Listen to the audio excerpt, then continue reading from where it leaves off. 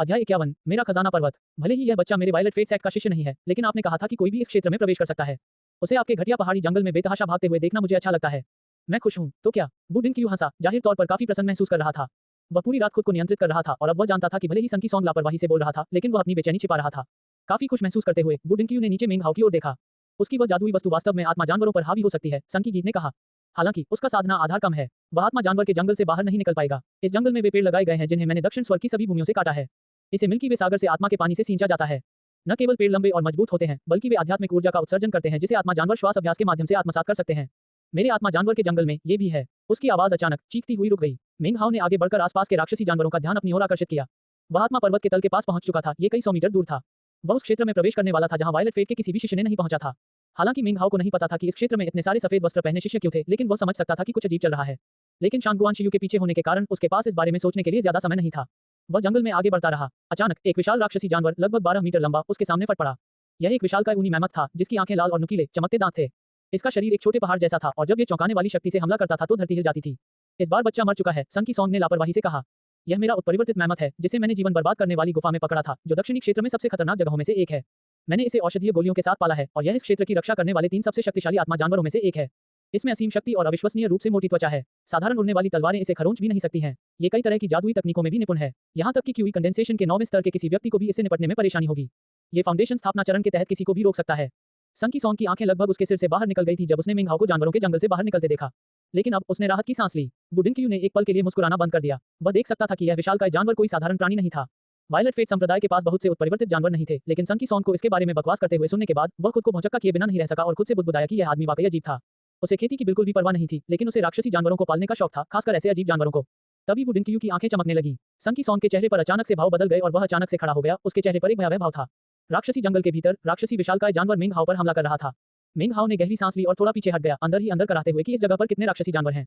उसने लोहे का भाला उठाया और उसे तान दिया। हमला करने वाला राक्षसी विशालकाय जानवर रुक गया और कांपने लगा। फिर अचानक उसकी सूंड एक धमाके के साथ फट गई। उसका आधा हिस्सा हवा में उड़कर पास के एक पेड़ पर जा गिरा, जो उसके वजन से ढह गया। दर्द से क्रोधित होकर विशालकाय जानवर ने हमला जारी रखा। मेंग हाउ ने अपना भाला लहराया और एक धमाके की आवाज आई। विशालकाय जानवर की पीठ फट गई, फिर उसका मुंह। अंत में उसका दाहिना अगला पैर पूरी तरह से टूट गया और वह जमीन पर गिर गया, कुछ दूर जाकर रुक गया।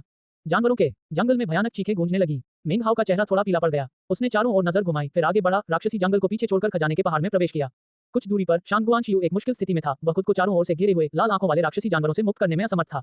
वह केवल देख सकता था कि मेंग हाउ गायब हो गया। उसका क्रोध आसमान तक फैल गया। जुटिजा के आभूषण संग्रह में अपनी शैली खोजें।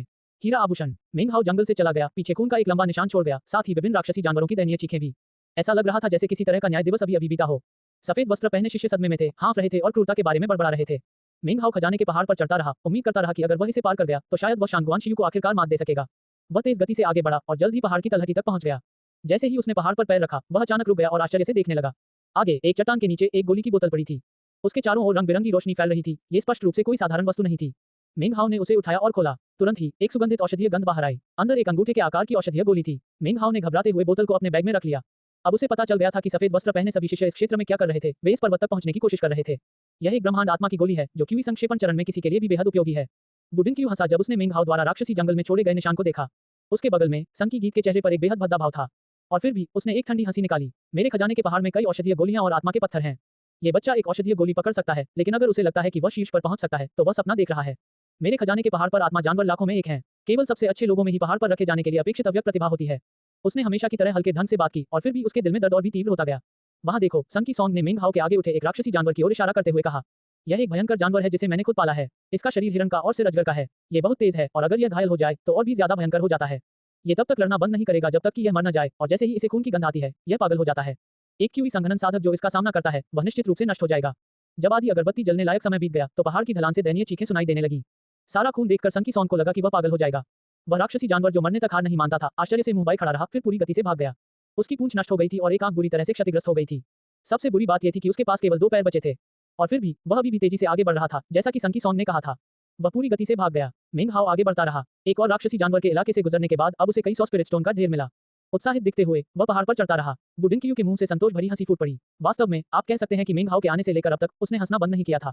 वाह, ये वाकई बहुत तेज चल सकता है। जब तक यह मर नहीं जाता तब तक हार नहीं मानेगा। कोई बात नहीं, कोई बात नहीं। पहाड़ पर बहुत सारे खजाने हैं। ये बच्चा उनमें से कुछ को हथिया सकता है, लेकिन वह उन्हें लेकर नहीं जा पाएगा।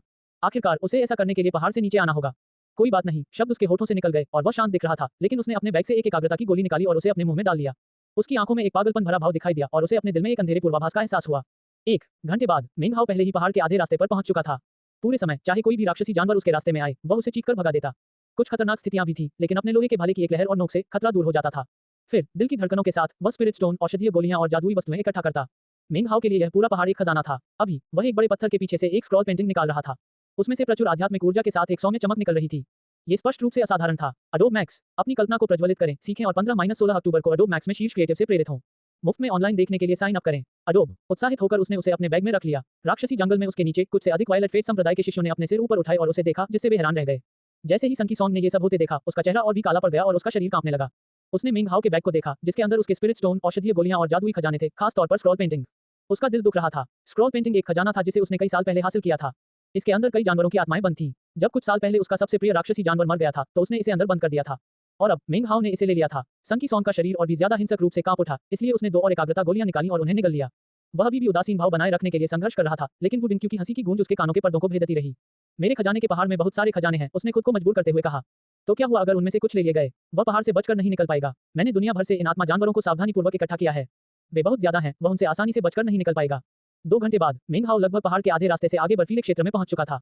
वह और भी तेज गति से आगे बढ़ता हुआ एक उत्साहित भाव लिए हुए था। राक्षसी जंगल में इस अग्नि परीक्षा में लगे वायलेट फेट संप्रदाय के आधे से ज्यादा शिष्य उसे पहाड़ पर देख सकते थे। आश्चर्य और ईर्ष्या के भाव उनके चेहरों पर छा गए, खासकर जब वह जमीन से चीजें उठाने के लिए झुका। उनमें से हर एक की इच्छा थी कि वे उसकी जगह पर होते। शांगुआन शियू मुठ्ठियां भींचे, जबड़े भींचे, पूरी तरह असहाय खड़ा था। उसने पहाड़ पर चढ़ने की हिम्मत नहीं की। वह राक्षसी जंगल में पहले से ही काफी खतरे में था। इसके अलावा उसने कुछ सफेद वस्त्र पहने शिष्यों की बातचीत सुनी थी और जानता था कि ये दक्षिणी क्षेत्र के वायलेट फेट संप्रदाय के शिष्यों के लिए अग्नि परीक्षा थी। उसने दिल में संघर्ष महसूस किया और ऐसा लग रहा था कि हार मानने के अलावा उसके पास कोई और विकल्प नहीं था। केवल मेंग हाओ के प्रति उसकी तीव्र घृणा ने उसे पुनर्विचार करने के लिए प्रेरित किया। जब संकी सांग ने मेंग हाओ को अपने एक और कीमती राक्षसी जानवर के सिर पर चोट करते देखा, तो उसने 3 एकाग्रता की गोलियां निकाली और उन्हें निगल लिया और ये दिखावा करना जारी रखा कि उसे इसकी परवाह नहीं है। मैंने सावधानी से शुभ बादलों के शीर्ष से बर्फ एकत्र की, उसने धीरे से अपने दांतों से कहा। यह मेरे सबसे कीमती स्पिरिट जानवरों के लिए सबसे उपयुक्त वातावरण है।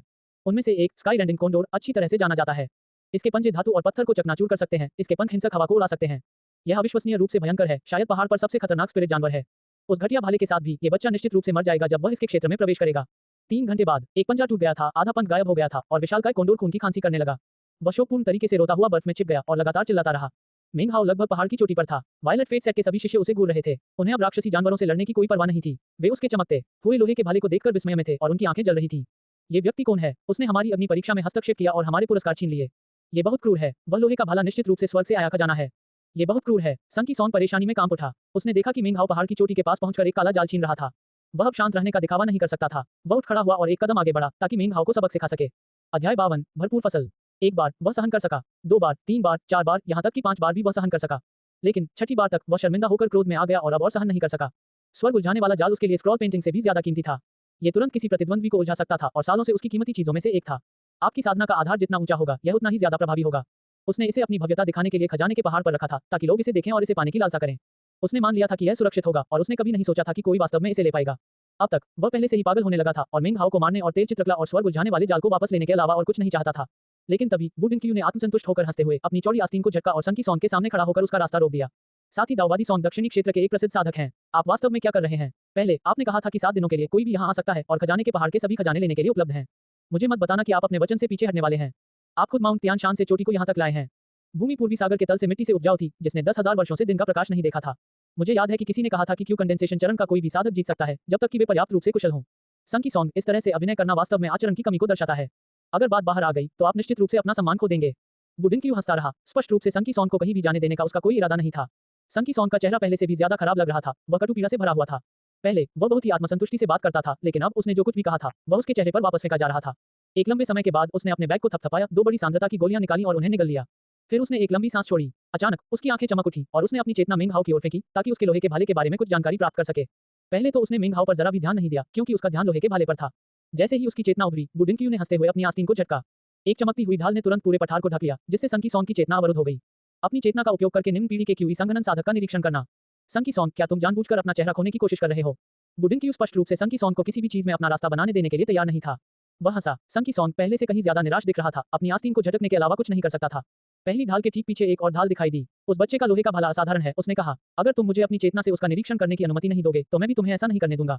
4 घंटे बाद मेंग हाओ पहाड़ की चोटी पर पहुंच गया। उसके हाथ में लोहे का भाला था। वह ऊपर चला गया, चारों ओर देखा। आखिरकार उसने जमीन में गड़ा हुआ बड़ा झंडा देखा। झंडे के नीचे एक थैला था। इसकी सतह पर रंग बिरंगे रंगों का ढेर था। इसे देखकर ऐसा लगता था कि यह आपके दिमाग को चूस लेगा। इसके आसपास की हर चीज लहरदार और धुंधली होती हुई लग रही थी।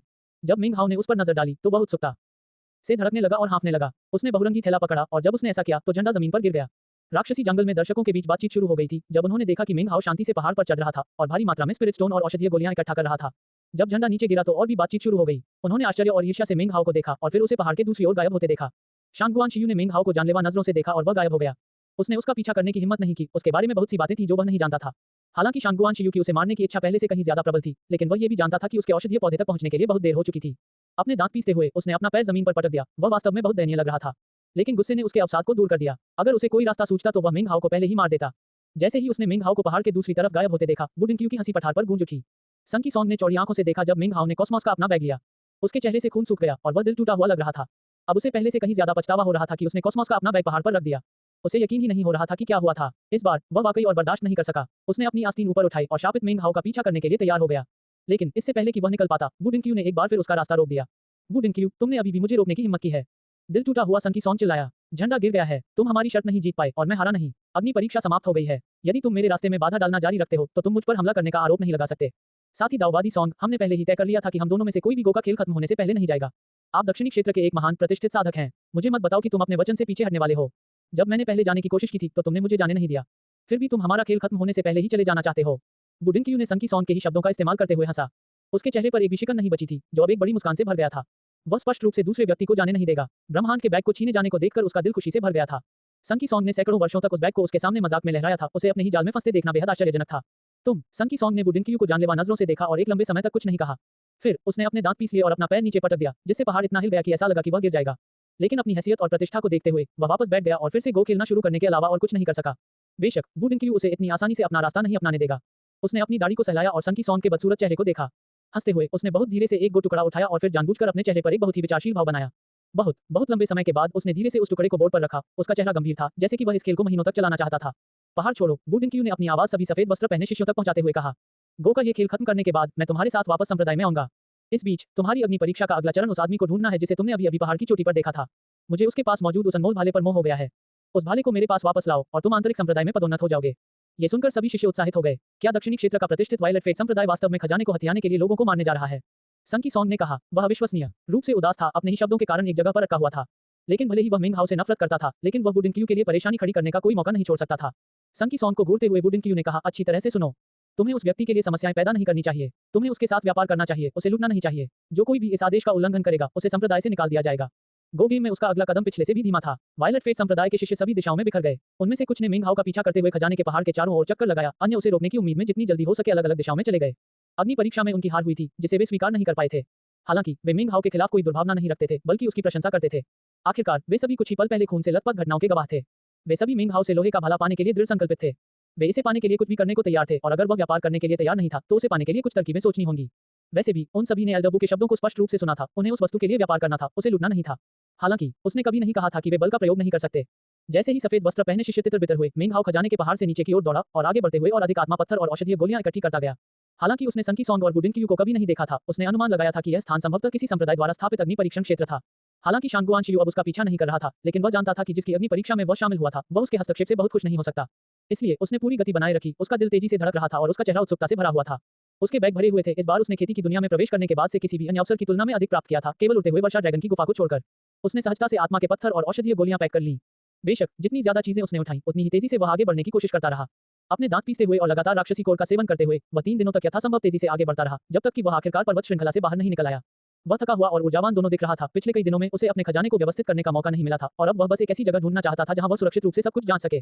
जैसे जैसे वह आगे बढ़ा, उसने देखा कि दूर दूर तक एक दीवार वाला शहर दिखाई दे रहा था। वह झाओ राज्य के पूर्व में था और ये शहर शानदार और असाधारण लग रहा था। यह एक सौम्य चमकती हुई रोशनी से घिरा हुआ था, एक ऐसी ढाल जिसे मनुष्य नहीं देख सकते थे और केवल साधक ही महसूस कर सकते थे। ये जगह, यह नश्वर लोगों का शहर नहीं लगता। क्या ये साधकों का शहर हो सकता है? वह आश्चर्य से देखता रहा। उसे झाओ राज्य का नक्शा याद आया जो उसने देखा था।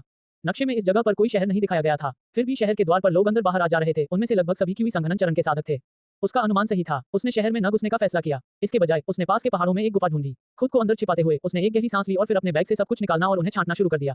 ये कौन सी औषधीय गोली है? यह अविश्वसनीय रूप से सुगंधित है, ड्राई स्पिरिट पिल से भी अधिक शक्तिशाली। और यह बोतल, इसके अंदर 3 गोलियां हैं, प्रत्येक क्रिस्टल की तरह पारदर्शी है। वे निश्चित रूप से कीमती गोलियां हैं। अपने होठों को चाटते हुए उसने 2 थैलियों की सामग्री खाली कर दी और सब कुछ गिनने के बाद उसने पाया कि उसके पास 78 गोलियां थीं। कई अलग अलग प्रकार की गोलियां थीं, जिनमें से प्रत्येक ड्राई स्पिरिट पिल से अधिक शक्तिशाली प्रतीत होती थी। मेंग हाओ के हाथ कांप उठे, उसे खुद को संभालने में काफी समय लगा। अपनी उत्तेजना को दबाते हुए उसने 10 और बैग निकाले। उस खजाने के पहाड़ पर बहुत सारे स्पिरिट स्टोन थे। मैंने बस उन पर ध्यान दिया और मैंने वास्तव में ध्यान भी नहीं दिया। फिर भी मैंने इतने सारे हासिल कर लिए। उसने फिर से जोर से सांस लेना शुरू कर दिया क्योंकि उसने सभी स्पिरिट स्टोन को देखा। जब उसने उन्हें एक साथ रखा और गिना तो उसने पाया कि उसके पास 8,764 थे। मैं अमीर हूँ, अमीर, उसने बड़बड़ाते हुए कहा। उसने एक और बैग निकाला जिसके अंदर उड़ती तलवारें, मोती, 2 झंडे, एक स्क्रॉल पेंटिंग, एक काला जाल था। ये सभी जादुई चीजें थीं। जब उसने सामान बाहर निकाला तो उसकी मुस्कान उसके चेहरे पर लगभग फट गई। ये खास तौर पर तब सच था जब उसने स्क्रॉल पेंटिंग और ब्लैक नेट को बाहर निकाला। उन्होंने शक्तिशाली आध्यात्मिक शक्ति उत्सर्जित की जिससे उसका दिल तेजी से धड़कने लगा। उसने धीरे धीरे स्क्रॉल पेंटिंग को खोला और एक चमकदार रोशनी चमक उठी जिसने गुफा को अपनी चमक से भर दिया और मिंग हाओ के चेहरे को रोशन कर दिया। अंदर वह पहाड़ों और पानी का चित्रण देख सकता था जिसके भीतर कई शानदार जीव मौजूद थे। उन्हें चित्रित किया गया था और फिर भी किसी तरह जीवित भी लग रहे थे। जब उसने स्क्रॉल खोला तो उसे लगा कि उसके कानों में हजारों जानवरों की दहाड़ें गूंज रही हैं। उसका दिल कांप उठा और उसने पेंटिंग को जमीन पर गिरा दिया। कुछ समय बीतने के बाद वह सदमे से उबर गया। उसकी आंखें चमक रही थी। उसने अपनी आभा को शांत किया और पेंटिंग को फिर से देखने के लिए उठाया। ये स्पष्ट रूप से एक अविश्वसनीय रूप से मूल्यवान खजाना था। मिंग हाओ का दिल और भी तेजी से धड़क रहा था। एक खजाना, क्या सच्चा खजाना है? उसने गहरी सांस लेते हुए कहा। फिर उसने काला जाल निकाला। गुफा से बाहर निकलते हुए उसने उसमें कुछ आध्यात्मिक ऊर्जा डाली, फिर उसे हवा में उछाल दिया। काला जाल तुरंत फैल गया, बड़ा होता गया और आसमान में ऊपर की ओर उड़ता गया। यह इतना बड़ा लग रहा था कि पूरे पहाड़ को घेर सकता था, जैसे कोई शक्तिशाली काला बादल हो। पहाड़ हिलने लगा और उसकी सतह पर दरारें दिखाई देने लगी, मानो वह ढहने वाला हो। दमनकारी शक्ति बढ़ गई, जिससे मिंग हाओ का दिल कांप उठा। आश्चर्यचकित होकर उसने अपना हाथ उठाया, अपनी आध्यात्मिक ऊर्जा भेजी, जिससे काला बादल धीरे धीरे सिकुड़ने लगा। यह एक काली किरण में बदल गया जो उसकी ओर वापस चली गई और फिर एक छोटा काला जाल बन गया। उसने जाल पकड़ लिया, उसका मुंह सूख गया था। उसने कुछ देर सांस ली, खुद को संभाला। उसकी आंखें चमक उठी। उसने सोचा, ये रिलायंस संप्रदाय के सबसे अच्छे खजानों से भी बेहतर है। उसका दिल धड़क रहा था। फिर उसने आखिरी चीज निकाली, बहुरंगी बैग। अध्याय 53, तुम मुझे कैसे धन्यवाद दोगे? यह एक तरह का बैग जैसा दिखता है लेकिन थोड़ा बेहतर है। मिंग हाओ ने इसे अपने हाथों में आगे पीछे किया, फिर अपनी आध्यात्मिक शक्ति का उपयोग करके इसे थोड़ा महसूस किया। अचानक उसका शरीर कांपने लगा, मानो उस पर अदृश्य बिजली गिर गई हो। उसकी आंखें चौड़ी हो गईं, जिससे पूरा आश्चर्य प्रकट हुआ। काफी समय बीतने के बाद उसने अपना सिर नीचे किया और बैग में देखा। ये बहुत बड़ा है, उसने बड़बड़ाते हुए कहा। यह एक बैग था, लेकिन अंदर से इतना बड़ा था कि ऐसा लग रहा था जैसे इसमें स्वर्ग और धरती समा सकती है। अंदर से धुंध थी और इतनी असीम कि मिंग हाओ का दिल तुरंत हिल गया। ऐसा लग रहा था जैसे पूरे पहाड़ और नदियां इसके अंदर समा सकती हैं। हालांकि यह खाली था, लेकिन इसकी विशाल क्षमता इसे एक अनमोल खजाना कहने के लिए पर्याप्त थी।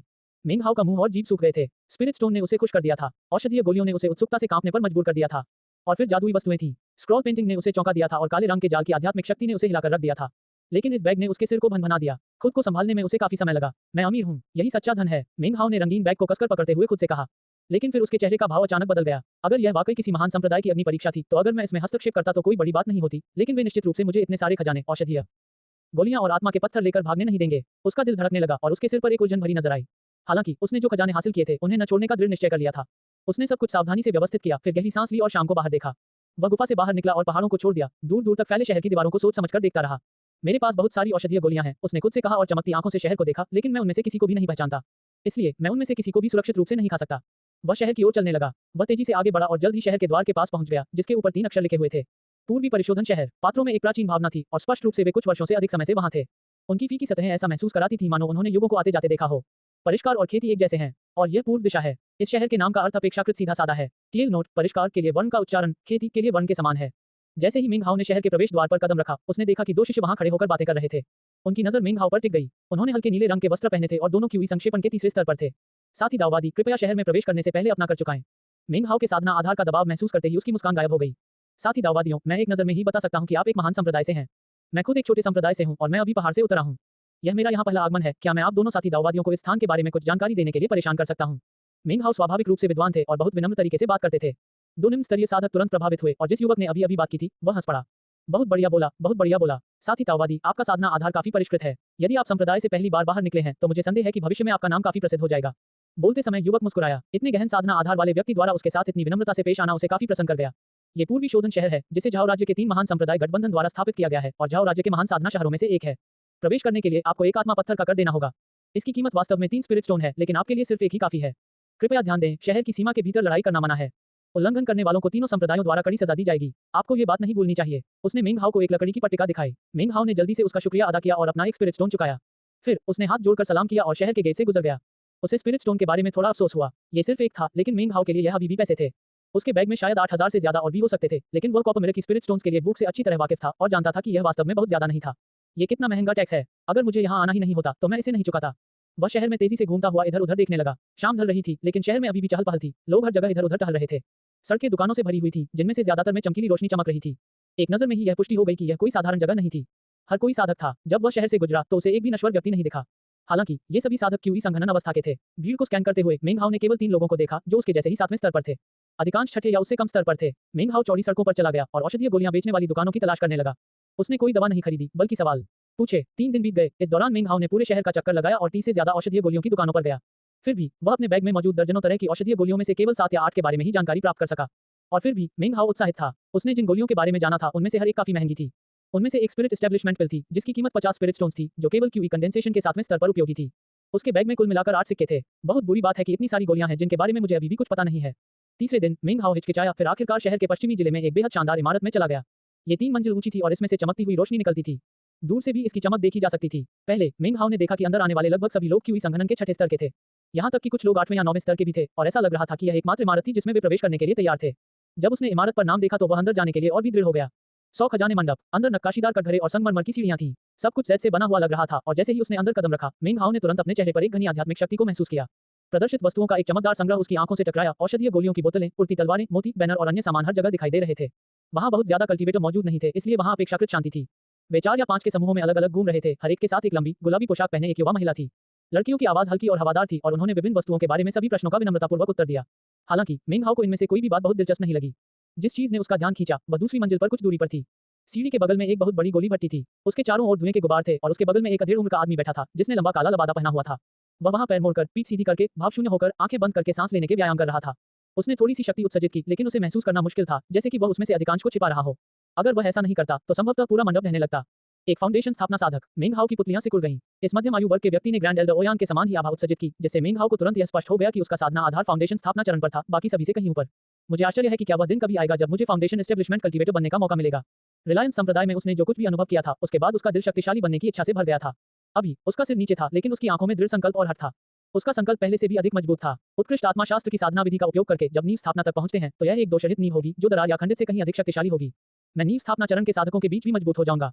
उसने एक गहरी सांस ली और अपना सिर उठाया। गुलाबी पोशाक में एक युवती उसके पास आई। वह सुंदर थी और उसके चेहरे पर एक सुकून भरी मुस्कान थी। उसने मेंग हाओ को थोड़ा झुककर अभिवादन किया। जैसे ही उसने ऐसा किया, उसकी पोशाक का अगला भाग नीचे गिर गया, जिससे दूध या कोमलता की प्रचुरता प्रकट हुई। दाऊवादी भाई, क्या आपको किसी सहायता की आवश्यकता है? उसने पूछा। मेंग हाओ का चेहरा तुरंत लाल हो गया और उसने खुद से कहा कि उसे अनुचित चीजों को नहीं देखना चाहिए। अपने दृढ़ संकल्प के बावजूद वह नीचे देखने से खुद को रोक नहीं सका और उसका दिल तेजी से धड़कने लगा। भले ही वह 3 साल से रिलायंस संप्रदाय में था, लेकिन उसने एल्डर सिस्टर जू के अलावा किसी भी महिला शिष्य के साथ समय नहीं बिताया था। जहां तक वह अब जो देख रहा था, उसने अपने पूरे जीवन में ऐसा कुछ नहीं देखा था। उसका चेहरा थोड़ा काला था, लेकिन उस समय आप बिल्कुल भी नहीं बता सकते थे। क्या आपके पास कोई जेड स्लिप है जिसमें औषधीय गोलियों का वर्णन हो? उसने सूखी खांसी के साथ अपनी शर्मिंदगी को छुपाने की कोशिश करते हुए पूछा। लड़की जवान थी, लेकिन उसके व्यवहार से पता चलता था कि वह काफी अनुभवी थी। वह तुरंत मेंग हाओ की अजीबोगरीब हरकतों को समझ गई और काफी खुश हुई। अपने सालों के दौरान उसने कई ग्राहक देखे थे, लेकिन मेंग हाओ जैसे बहुत कम। अपनी हंसी को रोकते हुए वह मुस्कुराई और उसके करीब झुक गई ताकि वह उसके परफ्यूम की खुशबू को सूंघ सके। जब सुगंधित खुशबू उसके चेहरे पर पहुंची तो मेंग हाओ का चेहरा और भी लाल हो गया। हालांकि उसकी आंखों में कामुकता नहीं थी, इसके बजाय वे चौड़ी और स्पष्ट थी। वो मूल रूप से वासना में नहीं डूबा था। वह महिलाओं के साथ अनुभवहीन था, इसलिए उसका चेहरा लाल हो गया। बेशक हमारे पास औषधीय गोलियों के बारे में जेड पर्चियां हैं, उसने पलक झपकाते हुए कहा। कृपया मेरे पीछे आओ, दाऊवादी भाई। उसे उसकी बढ़ती हुई अजीबोगरीब हरकतें बहुत प्यारी लगी। वह मुड़ी, उसकी कमर हिल रही थी, उसके कर्व्स मोहक थे। मेंग हाओ मदद नहीं कर सका, लेकिन देखा और फिर से उसका दिल तेजी से धड़कने लगा। एक कड़वी मुस्कान के साथ उसने हल्की खांसी की और जल्दी से उसके पीछे चला गया। वह उसे एक जालीदार शेल्फ के पास ले गई जो जेड के विभिन्न टुकड़ों से भरी हुई थी। उनमें से एक सफेद ट्रे पर जेड की 3 पर्चियां थीं, जिन पर 3 जेड स्लिप लिखे हुए थे। ये जेड पर्चियां झाओ राज्य में पाई जाने वाली अधिकांश औषधीय गोलियों का परिचय देती हैं। हालांकि यह एक प्रति है, इसलिए इसमें सामग्री कुछ हद तक अस्पष्ट है। जब उसने मेंग हाओ को उन्हें लेने के लिए अपना हाथ उठाते देखा तो वह मुस्कुराई। जब तक आप खरीद नहीं लेते तब तक आप देख नहीं सकते। 3 जेड स्लिप की कीमत 100 स्पिरिट स्टोन है। जब वह मुस्कुराई तो 2 खूबसूरत डिंपल दिखाई दिए। जब उसने मेंग हाओ को देखा तो उसने सोचा कि भले ही उसका चेहरा थोड़ा सा काला था, लेकिन इसमें एक विद्वान और युवा आकर्षण था। जैसे ही उसकी खुशबू मेंग हाओ के इर्द गिर्द फैली, उसने अपना हाथ पीछे खींच लिया और खुद पर ध्यान केंद्रित किया। उसने सोच समझकर 3 जेड पीस को देखा। ये थोड़ा ज्यादा महंगा लग रहा था और वह इतने सारे स्पिरिट स्टोन को देने में हिचकिचा रहा था। क्या ऐसी कोई चीज है जो इससे भी ज्यादा जानकारी दे सके? उसने कुछ देर बाद अपना जबड़ा भींचते हुए पूछा। यहाँ आने का उसका पूरा उद्देश्य ऐसी ही जेड स्लिप खरीदना था। बेशक, लड़की ने फिर से आंख मारते हुए जवाब दिया। मेरे पीछे आओ। वह मेंग हाओ को दूसरे कोने में ले गई, फिर एक शेल्फ पर रखी जेड स्लिप की ओर इशारा किया। ये छोटी-छोटी दरारों से ढकी हुई थी। यह कोई नकल नहीं है। यह एक प्राचीन जेड पर्ची है जिसमें दक्षिणी क्षेत्र की विभिन्न औषधीय गोलियों के अभिलेख हैं। इसमें जहर की गोलियों और उनके मारक के बारे में भी विस्तृत जानकारी दी गई है। इसके अलावा इसमें गोलियों का बहुत ही यथार्थवादी कलात्मक चित्रण है। दुर्भाग्य से ये टूटा हुआ है और अंततः टूट जाएगा। आप इसे केवल 4 या 5 बार ही पढ़ पाएंगे। उसकी बातें सुनकर मेंग हाओ का दिल कांप उठा। उसे इसकी जरूरत थी, लंबे समय तक इस्तेमाल के लिए नहीं, बल्कि अपनी मौजूदा स्थिति की समस्या को हल करने के लिए। दाऊवादी भाई, मुझे उम्मीद है कि आप बुरा नहीं मानेंगे, उसने मुस्कुराते हुए कहा, पास झुककर और अपनी आवाज कम करते हुए। इस वस्तु की कीमत 200 स्पिरिट स्टोन है। आपको ये समझना चाहिए कि अगर यह टूटा हुआ नहीं होता तो इसकी कीमत 1000 से ज्यादा होती। अगर आप वाकई इसे चाहते हैं तो मैं कीमत में कमी के लिए आवेदन करने में आपकी मदद कर सकती हूँ। लेकिन आप मुझे कैसे धन्यवाद देंगे? योजक चिन्ह, योजक चिन्ह, योजक चिन्ह, योजक चिन्ह, योजक चिन्ह। अध्याय 54, संप्रदाय का एक पुराना मित्र। मैं सिर्फ एक विद्वान हूँ। मेंग हाओ ने मुंह खोला, उसका मुंह खुला रह गया। उसे समझ नहीं आ रहा था कि क्या जवाब दे। जब उसने युंजी काउंटी में चीजें खरीदी थी तो उसे ऐसी स्थिति का सामना कभी नहीं करना पड़ा था। एक खूबसूरत लड़की को देखकर जो इतनी आकर्षक लग रही थी, उसे देखकर अचानक उसके चेहरे पर लालिमा छा गई। मेंग हाओ के शर्मिंदा भाव को देखकर युवती ने अपना मुंह ढक लिया और धीरे से हंस पड़ी। वह मुड़ी, उसकी कमर मोहक ढंग से लहरा रही थी और वह गोली ओवन की ओर चली गई। उसने अपना सिर नीचे करके उस अधेड़ उम्र के आदमी से बात की जो ध्यान में बैठा था। जब वह वापस लौटी तो उसने मेंग हाओ को आंख मारी। 170 आत्मा पत्थर के बारे में क्या ख्याल है? बहुत बहुत धन्यवाद साथी दाओवादी, मेंग हाओ ने सांस लेते हुए कहा। कुछ स्पिरिट स्टोन बचा पाने से प्रसन्न होकर उसने जल्दी से मुट्ठी बांधकर सलामी दी। आप मुझे बड़ी बहन कह सकते हैं, उसने मेंग हाओ को जैद स्लिप पकड़ाते हुए कहा। उसने उन्हें स्वीकार कर लिया, फिर उनमें कुछ आध्यात्मिक शक्ति डाली। तुरंत उसके मन में एक विशाल चित्र उभर आया। उत्सुकता से उस पर नजर डालते हुए उसने पहले से ही अपने बैग में रखी 3 गोलियों पर ध्यान दिया। उसने 170 स्पिरिट स्टोन निकाले और उन्हें लड़की को दे दिया, फिर अपने हाथों को एक साथ जोड़कर वह जाने लगा। लड़की ने आह भरी और उसे दरवाजे तक ले गई। मेरा नाम कियाओ लिंग है, उसने कहा, उसकी आंखों में एक दिलचस्प भाव था। अगली बार जब तुम आओ तो मेरे बारे में पूछना मत भूलना। बोलते समय उसने उसे ऊपर से नीचे तक देखा, उसकी आंखें आकर्षक और संतुलन से भरी हुई थीं। मेंग हाओ, जिसका चेहरा लाल था, ने उसे सलाम किया और जितनी जल्दी हो सके पीछे हट गया। जब वह वहां से चला गया तो उसका दिल जोर से धड़क रहा था और काफी देर तक शांत नहीं हुआ। उसने 100 खजानों के मंडप की ओर देखा और देखा कि कियाओ लिंग वहां खड़ा था और उसे देखकर धीरे से मुस्कुरा रहा था। उसे और भी शर्मिंदगी महसूस हुई। उसने उसके साथ छेड़छाड़ की थी। उसने पहले कभी इस तरह का अनुभव नहीं किया था। यह कोई बुरा एहसास नहीं था और उसने वास्तव में इसका थोड़ा आनंद लिया। फिर से खांसते हुए उसने अपना सिर नीचे किया और चलना जारी रखा। लगभग इसी समय 100 खजाने के मंडप की दूसरी मंजिल से लोगों का एक समूह निकला। उनमें से लगभग 7 या 8 लोग थे, जिनमें पुरुष और महिलाएं शामिल थीं। चलते चलते वे एक दूसरे से बातें करने लगे। उनमें से एक युवक हल्के नीले रंग का लबादा पहने पीछे चल रहा था। वह ऐसा नहीं लग रहा था कि वह यहाँ का निवासी है, मानो वह कोई परिचारक हो। जैसे ही समूह मंडप से बाहर निकला, युवक ने अपना सिर उठाया और मेंग हाओ को देखा। मेंग हाओ, वह घूरते हुए चिल्लाया। इसने अन्य पुरुषों और महिलाओं के साथ साथ मेंग हाओ का भी ध्यान आकर्षित किया, जिसने चलना बंद कर दिया और पीछे देखा कि वे सभी उसे देख रहे थे। उसकी अभिव्यक्ति में कोई परिवर्तन नहीं हुआ, लेकिन उसके हृदय में परस्पर विरोधी भावनाएं थीं। वह युवक कोई और नहीं बल्कि रिलायंस आउटरसैक का पूर्व शिष्य जो ओकाई था। उसका साधना आधार क्यूई संगठन के 5वें स्तर पर था। संप्रदाय के विघटन के दिन वह लाल कोहरे से लुढ़क गया था और आज वह यहाँ था। वह कुछ हद तक निराश और हताश लग रहा था। महंगे ब्रोकेड वाले कपड़े पहने लोगों के एक समूह का पीछा कर रहा था। उनमें से ज्यादातर के हाव भाव खतरनाक थे और उनमें से एक क्यूई संगठन के 7वें स्तर पर था। बाकी लोग 6ठे स्तर पर लग रहे थे। वे स्पष्ट रूप से झाओ राज्य के महान संप्रदायों के सदस्य थे। जाहिर है, जो ओकाई रिलायंस संप्रदाय के विघटन के बाद उनके साथ शामिल हो गया था। इस तरह के समूह के साथ होने के लिए वह स्पष्ट रूप से केवल एक परिचारक की स्थिति का दावा कर सकता था। मेंग हाओ ने सिर हिलाकर उसे इशारा किया, लेकिन कुछ नहीं बोला। वह मुड़ा और जाने लगा। ये कौन है? जो ओकाई के बगल में खड़े एक युवक ने कहा। उसने हल्के से बात की, लेकिन उसका लहजा गर्व और अहंकार से भरा था। उसने एक शानदार लबादा पहना हुआ था और उसके हाथ में एक पंखा था। वह क्यूई संगठन के 7वें स्तर पर था और उसके आसपास खड़े अन्य लोग आपस में फुसफुसाने लगे और देखने लगे।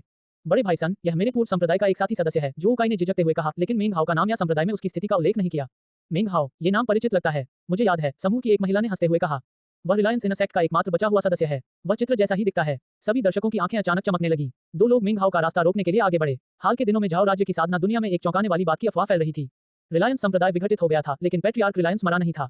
उसने एक आंतरिक संप्रदाय के शिष्य की खातिर शक्ति का प्रदर्शन किया था। उसने झाओ राज्य के सबसे शक्तिशाली विशेषज्ञों को डरा दिया था, जिससे बहुत सनसनी फैल गई थी। विशेषज्ञों के घटनास्थल से लौटने के बाद ये अफवाहें झाओ राज्य की पूरी साधना दुनिया में फैल गईं। इससे भी ज्यादा चर्चा इस बात पर हुई कि कैसे पैट्रियार्क रिलायंस ने अपने इनसेक्ट शिष्य को एक अनमोल खजाना दिया था, जो इतना शक्तिशाली था कि वह स्वर्ग और धरती को हिला सकता था और सभी साधकों को मार सकता था। ये अफवाहें तेजी से और दूर दूर तक फैली और जब रिलायंस सेक्ट के भूतपूर्व शिष्यों से पूछताछ की गई तो इस व्यक्ति का नाम जल्द ही सामने आया, मेंग हाओ। अगर चीजें इसी तरह खत्म हो जाती तो मामला जल्द ही शांत हो जाता। हालांकि रिलायंस संप्रदाय से लौटने के बाद झाओ राज्य के विशेषज्ञों को धीरे धीरे कुछ एहसास हुआ। अंत में ऐसा लग रहा था कि पैट्रियार्क रिलायंस की शक्ति थोड़ी कम होने लगी थी। इसके अलावा पैट्रियार्क रिलायंस के प्रसिद्ध गुस्से को देखते हुए ऐसा कैसे हो सकता है कि वे सभी बिना किसी की हत्या किए भागने में सफल हो गए। अटकलें स्वाभाविक रूप से बढ़ने लगी और बहुत से लोग आंतरिक संप्रदाय के शिष्य मेंग हाओ पर अधिक से अधिक ध्यान देने लगे। 3 महान संप्रदायों ने आदेश जारी किए थे कि संप्रदाय से बाहर भेजे गए सभी शिष्यों को ध्यान से ध्यान देना चाहिए और मेंग हाओ को खोजने का प्रयास करना चाहिए। आदेश के साथ उनकी तस्वीर भी वितरित की गई थी। अब लोग निश्चित नहीं थे। भले ही पैट्रियार्क रिलायंस जीवित था, क्या उसका साधना आधार पहले की तरह शक्तिशाली था? इस मामले के बारे में संदेह से भरे हुए 3 महान संप्रदायों ने घोषणा की थी कि किसी भी शिष्य को पुरस्कार दिया जाएगा जो मेंग हाओ से मिलने पर उसके खजाने की शक्ति के बारे में जानकारी प्राप्त कर सकेगा। मेंग हाओ वहीं खड़ा था और अपने रास्ते में बाधा डाल रहे 2 लोगों को बेरुखी से देख रहा था। उसने अपने पीछे कदमों की आवाज सुनी, जबकि 4 अन्य लोगों ने उसके पीछे हटने के रास्ते को रोक रखा था। उसके बाएं और दाएं रास्ते में भी लोग थे। ऐसा लग रहा था कि वह पूरी तरह से घिरा हुआ है। 100 खजानों के मंडप में कियाओ लिंग ने भौहें सिकुड़कर नीचे देखा। क्या मैं आपकी मदद कर सकता हूँ सज्जनों और देवियों? मेंग हाओ ने शांत भाव से कहा। उसकी नजर चारों ओर घूम रही थी। उसका चेहरा उदासीन, शांत पानी की तरह शांत लग रहा था। वह पूरी तरह से आश्वस्त लग रहा था, फिर भी सतर्क भी। नहीं, शानदार कपड़े पहने युवक ने मुस्कुराते हुए कहा और पंखा झलते हुए कहा। हमने अभी सुना है कि मेंग हाओ को पैट्रियार्क रिलायंस ने एक उपहार दिया है। संयोग से आपसे मिलने के बाद हम उसे देखने की उम्मीद कर रहे थे। उसकी मुस्कान में बर्फीली ठंडक झलक रही थी और फिर भी उसका दिल सतर्क था। पैट्रियार्क रिलायंस द्वारा दिए गए किसी भी कीमती उपहार को अत्यंत सावधानी से संभालना चाहिए। लेकिन ये तीनों महान संप्रदायों के शिष्य थे जिसने उन्हें बहुत ऊंचा दर्जा दिया था। इसलिए मेंग हाओ के क्यूई संगठन के 7वें स्तर पर होने के बावजूद वे अभी भी खुद को उससे ऊपर महसूस करते थे। ये सही है, उसके आसपास खड़े लोगों में से एक ने कहा। वह हंसा। साथी दाओवादी मेंग के पास खजाना है, क्यों ना हम उसे बाहर निकाल कर देखें? उसने स्पष्ट रूप से देखा कि मेंग हाओ पूरी तरह से घेरे में है और उसके पास बाहर निकलने का कोई रास्ता नहीं है। मेंग हाओ हमेशा की तरह शांत दिख रहा था। उसकी आंखें ठंडी रोशनी से चमक रही थीं। उसका मुंह मजाक में मुड़ गया और उसने अचानक अपना बैग थपथपाया, जिससे उसके आसपास के लोग एक तरफ हट गए। उनमें से कुछ ने जादुई चीजें भी निकाल लीं। प्रकाश की एक किरण चमकी और अचानक मेंग हाओ का लोहे का भाला उसके हाथ में दिखाई दिया। उसने उसे जमीन में घोंप दिया। उसमें कुछ आध्यात्मिक ऊर्जा भर दी ताकि वह एक शक्तिशाली हथियार लगे। ये गुनगुना रहा था। ध्वनि चारों ओर गूंज रही थी, जिससे आसपास के लोग अनजाने में एक कदम पीछे हट गए। उनकी निगाहें भाले पर टिकी हुई थीं। जो कोई भी मरना चाहता है वह नजदीक से देखने के लिए ऊपर आ सकता है। मेंग हाओ ने शांत भाव से कहा, 2 कदम पीछे हटकर और अपनी चौड़ी आस्तीन को ऊपर उठाते हुए। वह बेहद आत्मविश्वास से भरा हुआ दिखाई दे रहा था, खासकर उसकी मजाकिया आंखें और मुस्कुराहट, जैसे कि उसे इस बात का पूरा यकीन था कि जो कोई भी भाले को करीब से देखने की कोशिश करेगा वह इससे मारा जाएगा। दरअसल मेंग हाओ ने 2 कदम पीछे इसलिए लिए थे क्योंकि इससे वह शहर के गेट के करीब पहुंच गया था। जैसे ही आसपास के लोग भाले को देखने के लिए आगे बढ़ते, वह हमला कर देता, फिर अराजकता का फायदा उठाकर भाग जाता। आखिरकार ये शहर 3 महान संप्रदायों द्वारा नियंत्रित था और वह जानता था कि वह यहाँ किसी भी परेशानी में नहीं फंस सकता। सब कुछ शांत था क्योंकि दर्शक लोहे के भाले को देख रहे थे। पहली नजर में ये कुछ हद तक असाधारण लग रहा था। ये व्यापक सजावटी पैटर्न से ढका हुआ था, अविश्वसनीय रूप से जटिल, यहाँ तक कि चमकदार भी। जितने अधिक लोग इसे देखते थे यह उतना ही आश्चर्यजनक लगता था। वह चमक रहा था, उसकी नोक से प्रकाश की किरणें निकल रही थी जो बिजली की तरह आंखों को भेद रही थी। यहाँ तक कि 100 खजानों के मंडप में बैठी कियाओ लिंग भी उसे देखने से खुद को नहीं रोक पाए। उसके इर्द गिर्द और लड़कियां दिखाई दी, वे सभी नीचे की ओर देख रही थी। कुछ देर तक इसे देखने के बाद महान संप्रदायों के कई शिष्यों ने भौहें सिकोड़ लीं। ये कुछ खास नहीं लग रहा है, इस पर बस कुछ आकर्षक निशान है। ऐसा नहीं लगता कि इस पर कोई मंत्र लिखा है। पंखे वाले फैंसी युवक ने भी भौहें सिकोड़ी। ये पेट्रियार्क रिलायंस द्वारा दिया गया खजाना है। इसे जांचने के बाद वह हंसा, फिर जो उकाई को आगे आने का इशारा किया। इस समय पूर्वी द्वार के बाहर से पदचाप की आवाज सुनाई दे रही थी, जिसने आसपास के साधकों का ध्यान आकर्षित किया। मेंग हाओ की आंखें चमक उठी और फिर उसने भौहें सिकोड़ लीं। पूर्वी द्वार के बाहर सफेद वस्त्र पहने 10 या उससे ज्यादा साधकों का एक समूह था। उनमें से कुछ जाने पहचाने लग रहे थे और जब उसने उनके वस्त्रों का रंग देखा तो उसे पता चल गया कि ये उस महान संप्रदाय के शिष्य थे जो अपनी परीक्षा दे रहे थे। जैसे ही उसने उन्हें पूर्वी द्वार से प्रवेश करते देखा, उसे एहसास हुआ कि अब उसके भागने का रास्ता बंद हो गया है। उसकी भौहें गहरी हो गईं और उसका हाथ धीरे धीरे उसके बैग पर चला गया। पंखे वाले उस आकर्षक युवक ने सफेद वस्त्र पहने साधकों को देखा और उसकी आंखें चमक उठी। उसका चेहरा श्रद्धा से भर गया। उसने अपने हाथों को सलामी में मोड़ा और कहा, वायलेट फेट संप्रदाय के बड़े भाइयों, मैं विनम्र सन हुआ हूं। एक सन हुआ का चीनी में नाम सुन हुआ है। सन एक आम उपनाम है। हुआ का अर्थ कई चीजों से हो सकता है, सबसे अधिक संभावना है कि शानदार या शानदार विंडिंगर स्ट्रीम संप्रदाय से। नमस्कार साथी दाववादी। ये सुनकर आसपास के साधकों के चेहरों पर विस्मय के भाव उभर आए। वे पहले व्यक्ति के साथ साथ चल रहे थे जब वह सफेद वस्त्र पहने साधकों को सलाम कर रहा था। वे विभिन्न संप्रदायों के प्रसिद्ध व्यक्ति थे और आमतौर पर झाओ राज्य में उच्च पद पर थे। लेकिन दक्षिणी क्षेत्र के एक महान संप्रदाय के शिष्यों से मिलने के लिए वे तुरंत नीचे उतर गए। उनके चेहरे पर अचानक लालसा और शिष्टाचार के भाव आ गए। हाल ही में उन्हें अपने अपने संप्रदायों से ज़ैड पर्चियां प्राप्त हुई, जिनमें उन्हें याद दिलाया गया कि यदि वे दक्षिणी क्षेत्र के वायलेट फेट संप्रदाय के किसी भी सफेद वस्त्रधारी शिष्य से मिले तो उन्हें उकसाना नहीं है। जैसे ही सफेद वस्त्र पहने साधक शहर में दाखिल हुए, उन्होंने झाओ शिष्यों के राज्य को देखा, लेकिन उन्हें पूरी तरह से अनदेखा कर दिया। अपनी पहचान पुकारे जाने पर उनमें से कुछ के माथे पर बल पड़ गए। उनकी नजरें आसपास के माहौल पर पड़ी, फिर जमीन में धंसे लोहे के भाले पर आकर रुकी। वे वहीं रुक गए। अन्य शिष्य जो ये दृश्य देख रहे थे आश्चर्यचकित थे। उनकी उत्साहित आंखें झाओ साधकों की स्थिति को घूरने लगी। अध्याय 55 दबंग। मेंग हाओ की आंखों में एक अंधेरी चमक उभरी। वह झाओ राज्य के विभिन्न संप्रदायों के शिष्यों से घिरा हुआ था और सफेद वस्त्र पहने साधक पूर्वी द्वार से आ रहे थे। अगर उसने शहर के भीतर 3 संप्रदायों के विभिन्न सन के लोगों का ध्यान आकर्षित किया तो उसके बच निकलने की संभावना बहुत कम होगी। जब झाओ संप्रदाय के राज्य के शिष्यों ने वायलेट फेट संप्रदाय के शिष्यों को आगे बढ़ते देखा तो उनके चेहरे पर उत्साह के भाव उभर आए। उनके साथ दोस्ती करने से उनके अपने संप्रदायों में उनकी प्रतिष्ठा बढ़ेगी और आगे के विकास में बहुत लाभ होगा। उनमें से अधिकांश ने यह मान लिया था कि वायलेट फेट संप्रदाय के शिष्य उन सभी को अनदेखा कर देंगे, लेकिन ये पता चला कि वे वास्तव में उनके पास आ रहे थे। बड़े भाई सन बहुत प्रसिद्ध हैं, शायद इसीलिए वे यहाँ आ रहे हैं। हाँ, वह विंडिंग स्ट्रीम संप्रदाय के बुजुर्गों में से एक का खून का रिश्तेदार है। उसका साधना आधार असाधारण है। वायलेट फेट संप्रदाय के शिष्य उसे कुछ सम्मान देने के लिए आ रहे होंगे। एक एक करके झाओ राज्य के आसपास के शिष्यों के चेहरों पर, खासकर महंगे कपड़ों में युवक के चेहरों पर आकर्षक मुस्कान दिखाई देने लगी। वह और अधिक उत्साहित होता जा रहा था। आसपास खड़े लोगों की फुसफुसाहट सुनकर उसका दिल गर्व से भर गया। ऐसा लग रहा था कि वह काफी प्रसिद्ध था, इतना कि वायलेट फेट संप्रदाय के शिष्य उसके पास चले आए। इस मामले की चर्चा निश्चित रूप से दूर दूर तक होगी और संप्रदाय में उसकी स्थिति तुरंत बदल जाएगी। उसका नाम झाओ राज्य की पूरी साधना दुनिया में जाना जाएगा। ऐसा लग रहा था कि मेंग हाओ के लिए जो कुछ हो रहा था वह कोई बड़ी बात नहीं थी। वह मुस्कुराया, ऐसा लग रहा था जैसे उसे इसकी कोई परवाह ही नहीं थी।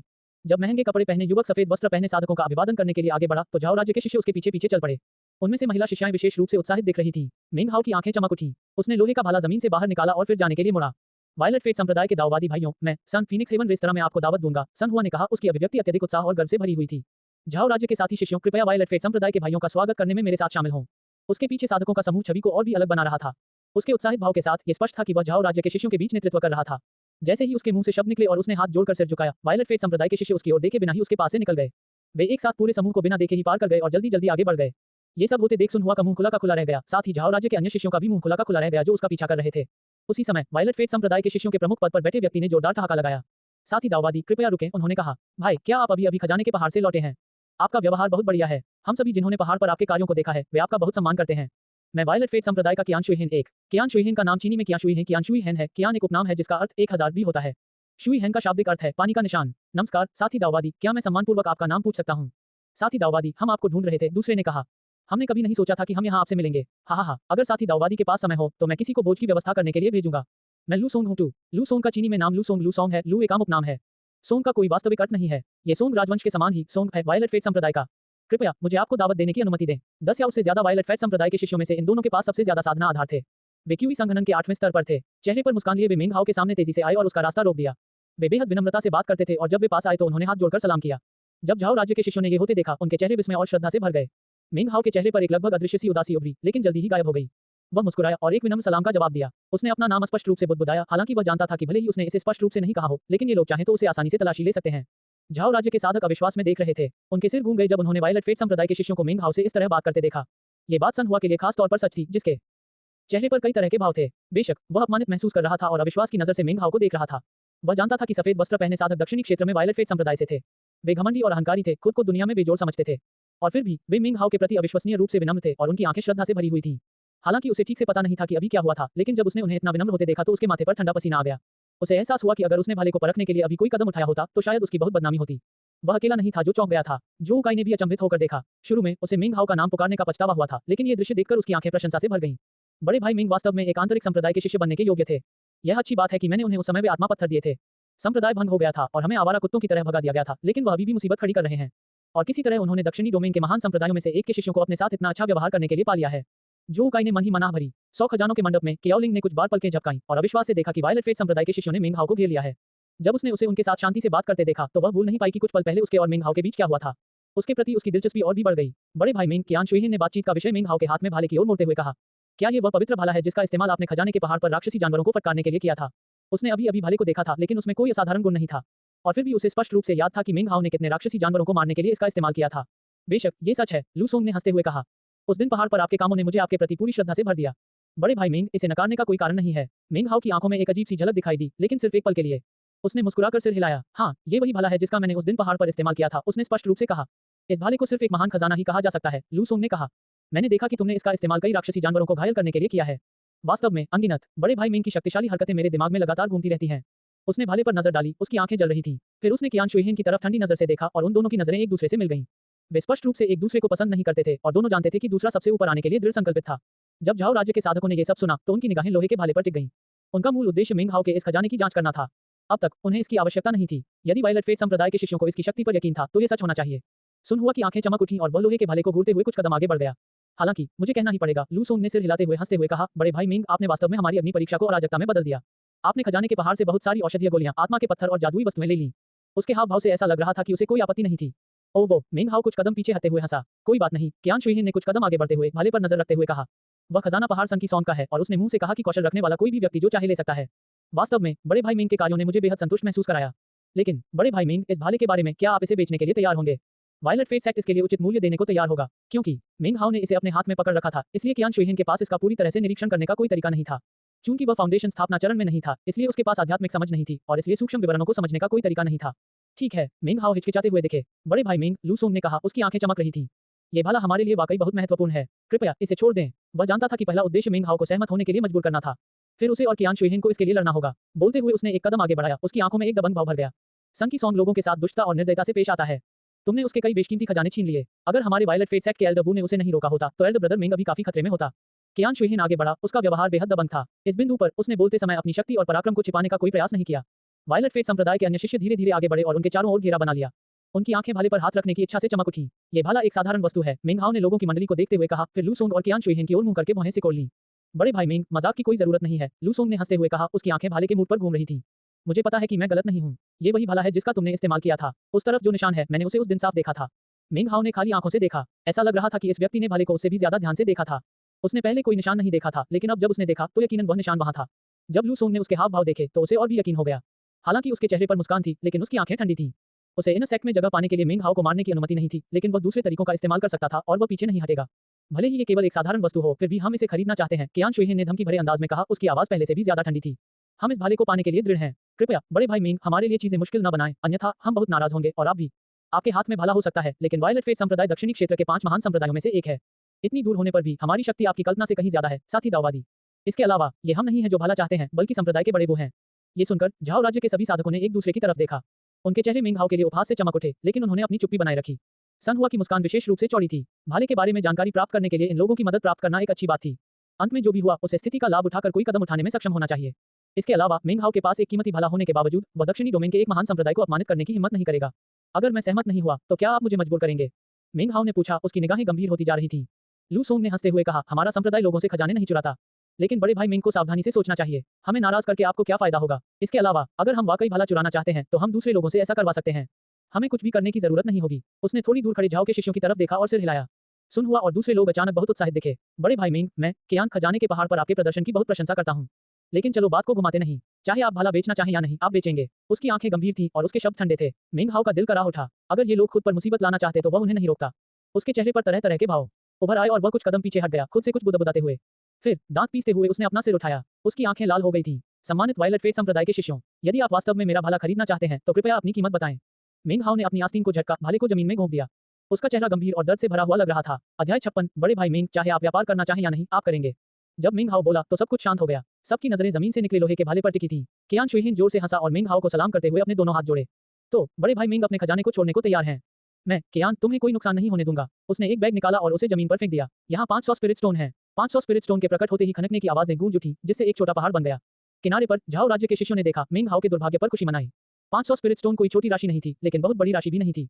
अगर वह उस राशि के लिए कोई कीमती वस्तु बेचता तो वह हंसी का पात्र बन जाता। वे अकेले ही कीमत के बारे में नहीं सोच रहे थे। मिंग हाओ ने भौहें सिकोड़ी। अंतर यह था कि उनकी सोच झाओ राज्य के शिष्यों से अलग थी। उनके अनुमान के अनुसार लोहे का भाला संभवतः 2 चांदी के टुकड़ों के बराबर था। इसे 500 स्पिरिट स्टोन के बदले में बेचने का मतलब था कि वह वास्तव में अच्छा मुनाफा कमा रहा था। क्या तुम मजाक कर रहे हो? लू सोंग ने कहा। बड़े भाई मिंग को धमकाने की कोशिश मत करो। तुम्हें लगता है कि तुम सिर्फ 500 स्पिरिट स्टोन से ऐसा खजाना खरीद सकते हो? मैं इसे 1500 स्पिरिट स्टोन में खरीदूंगा। एक ठंडी चीख और आस्तीन के झटके के साथ उसने एक बैग निकाला। 1500 चमकते स्पिरिट स्टोन के उभरने के साथ और भी खनकने की आवाजें गूंजने लगी, जिससे कियान शुइहिन के ढेर से कहीं ज्यादा ऊंचा ढेर बन गया। यह एक शानदार नजारा था जिसने सभी को प्रत्याशा से घबरा दिया। झाओ के शिष्यों के दिल धड़क उठे। उनके लिए 1500 आत्मा पत्थर बहुत थे। भले ही वे 3 महान संप्रदायों के शिष्य थे, फिर भी इतने सारे इकट्ठा करना मुश्किल होगा। वे देखते ही हौंकने लगे। यहाँ तक कि सन हुआ भी उत्सुकता से कांप रहा था। जो उकाई उसके पीछे खड़ा था, अवाक। मिंग हाओ के लिए उसकी प्रशंसा और भी मजबूत हो गई और उसे अपने दिल में पछतावा हुआ। उसे अभी मिंग हाओ का नाम नहीं पुकारना चाहिए था। उसने आह भरी, यह महसूस करते हुए कि यह उसकी गलती थी कि मिंग हाओ को अपना खजाना बेचने के लिए मजबूर किया जा रहा था। जूनियर ब्रदर सॉन्ग में वाकई हिम्मत है, कियान शुइहिन ने लू सॉन्ग को ठंडी नजर से देखते हुए कहा। वह खजाना जीतने के लिए दृढ़ था। जहां तक उसका सवाल था, यह उसके लिए इनसेक्ट में जाने का टिकट था और वह हार नहीं मानेगा, चाहे उसे कोई भी कीमत चुकानी पड़े। अब तक उसका असली प्रतिद्वंद्वी लू सॉन्ग था। वे दोनों स्पष्ट रूप से भाला एक साथ हासिल करने पर चर्चा नहीं कर सकते थे। आप सभी मुझे अपने आत्मा पत्थर दे दो, कियान शुइहिन ने अपने पीछे खड़े 5 या 6 शिष्यों की ओर देखते हुए कहा। जब हम संप्रदाय में वापस लौटेंगे तो मैं आपको चुकाने का कोई रास्ता ढूंढ लूंगा। बिना किसी हिचकिचाहट के उन्होंने अपने बैग खोले और अपने सभी आत्मा पत्थर निकाल दिए। 2100 स्पिरिट स्टोन, कियान शुइहिन ने शांत भाव से कहा। ऐसा लग रहा था जैसे उसे इसकी जरा भी परवाह नहीं है। बड़े भाई मिंग, ये सभी वो चीजें हैं जो मेरे पास हैं।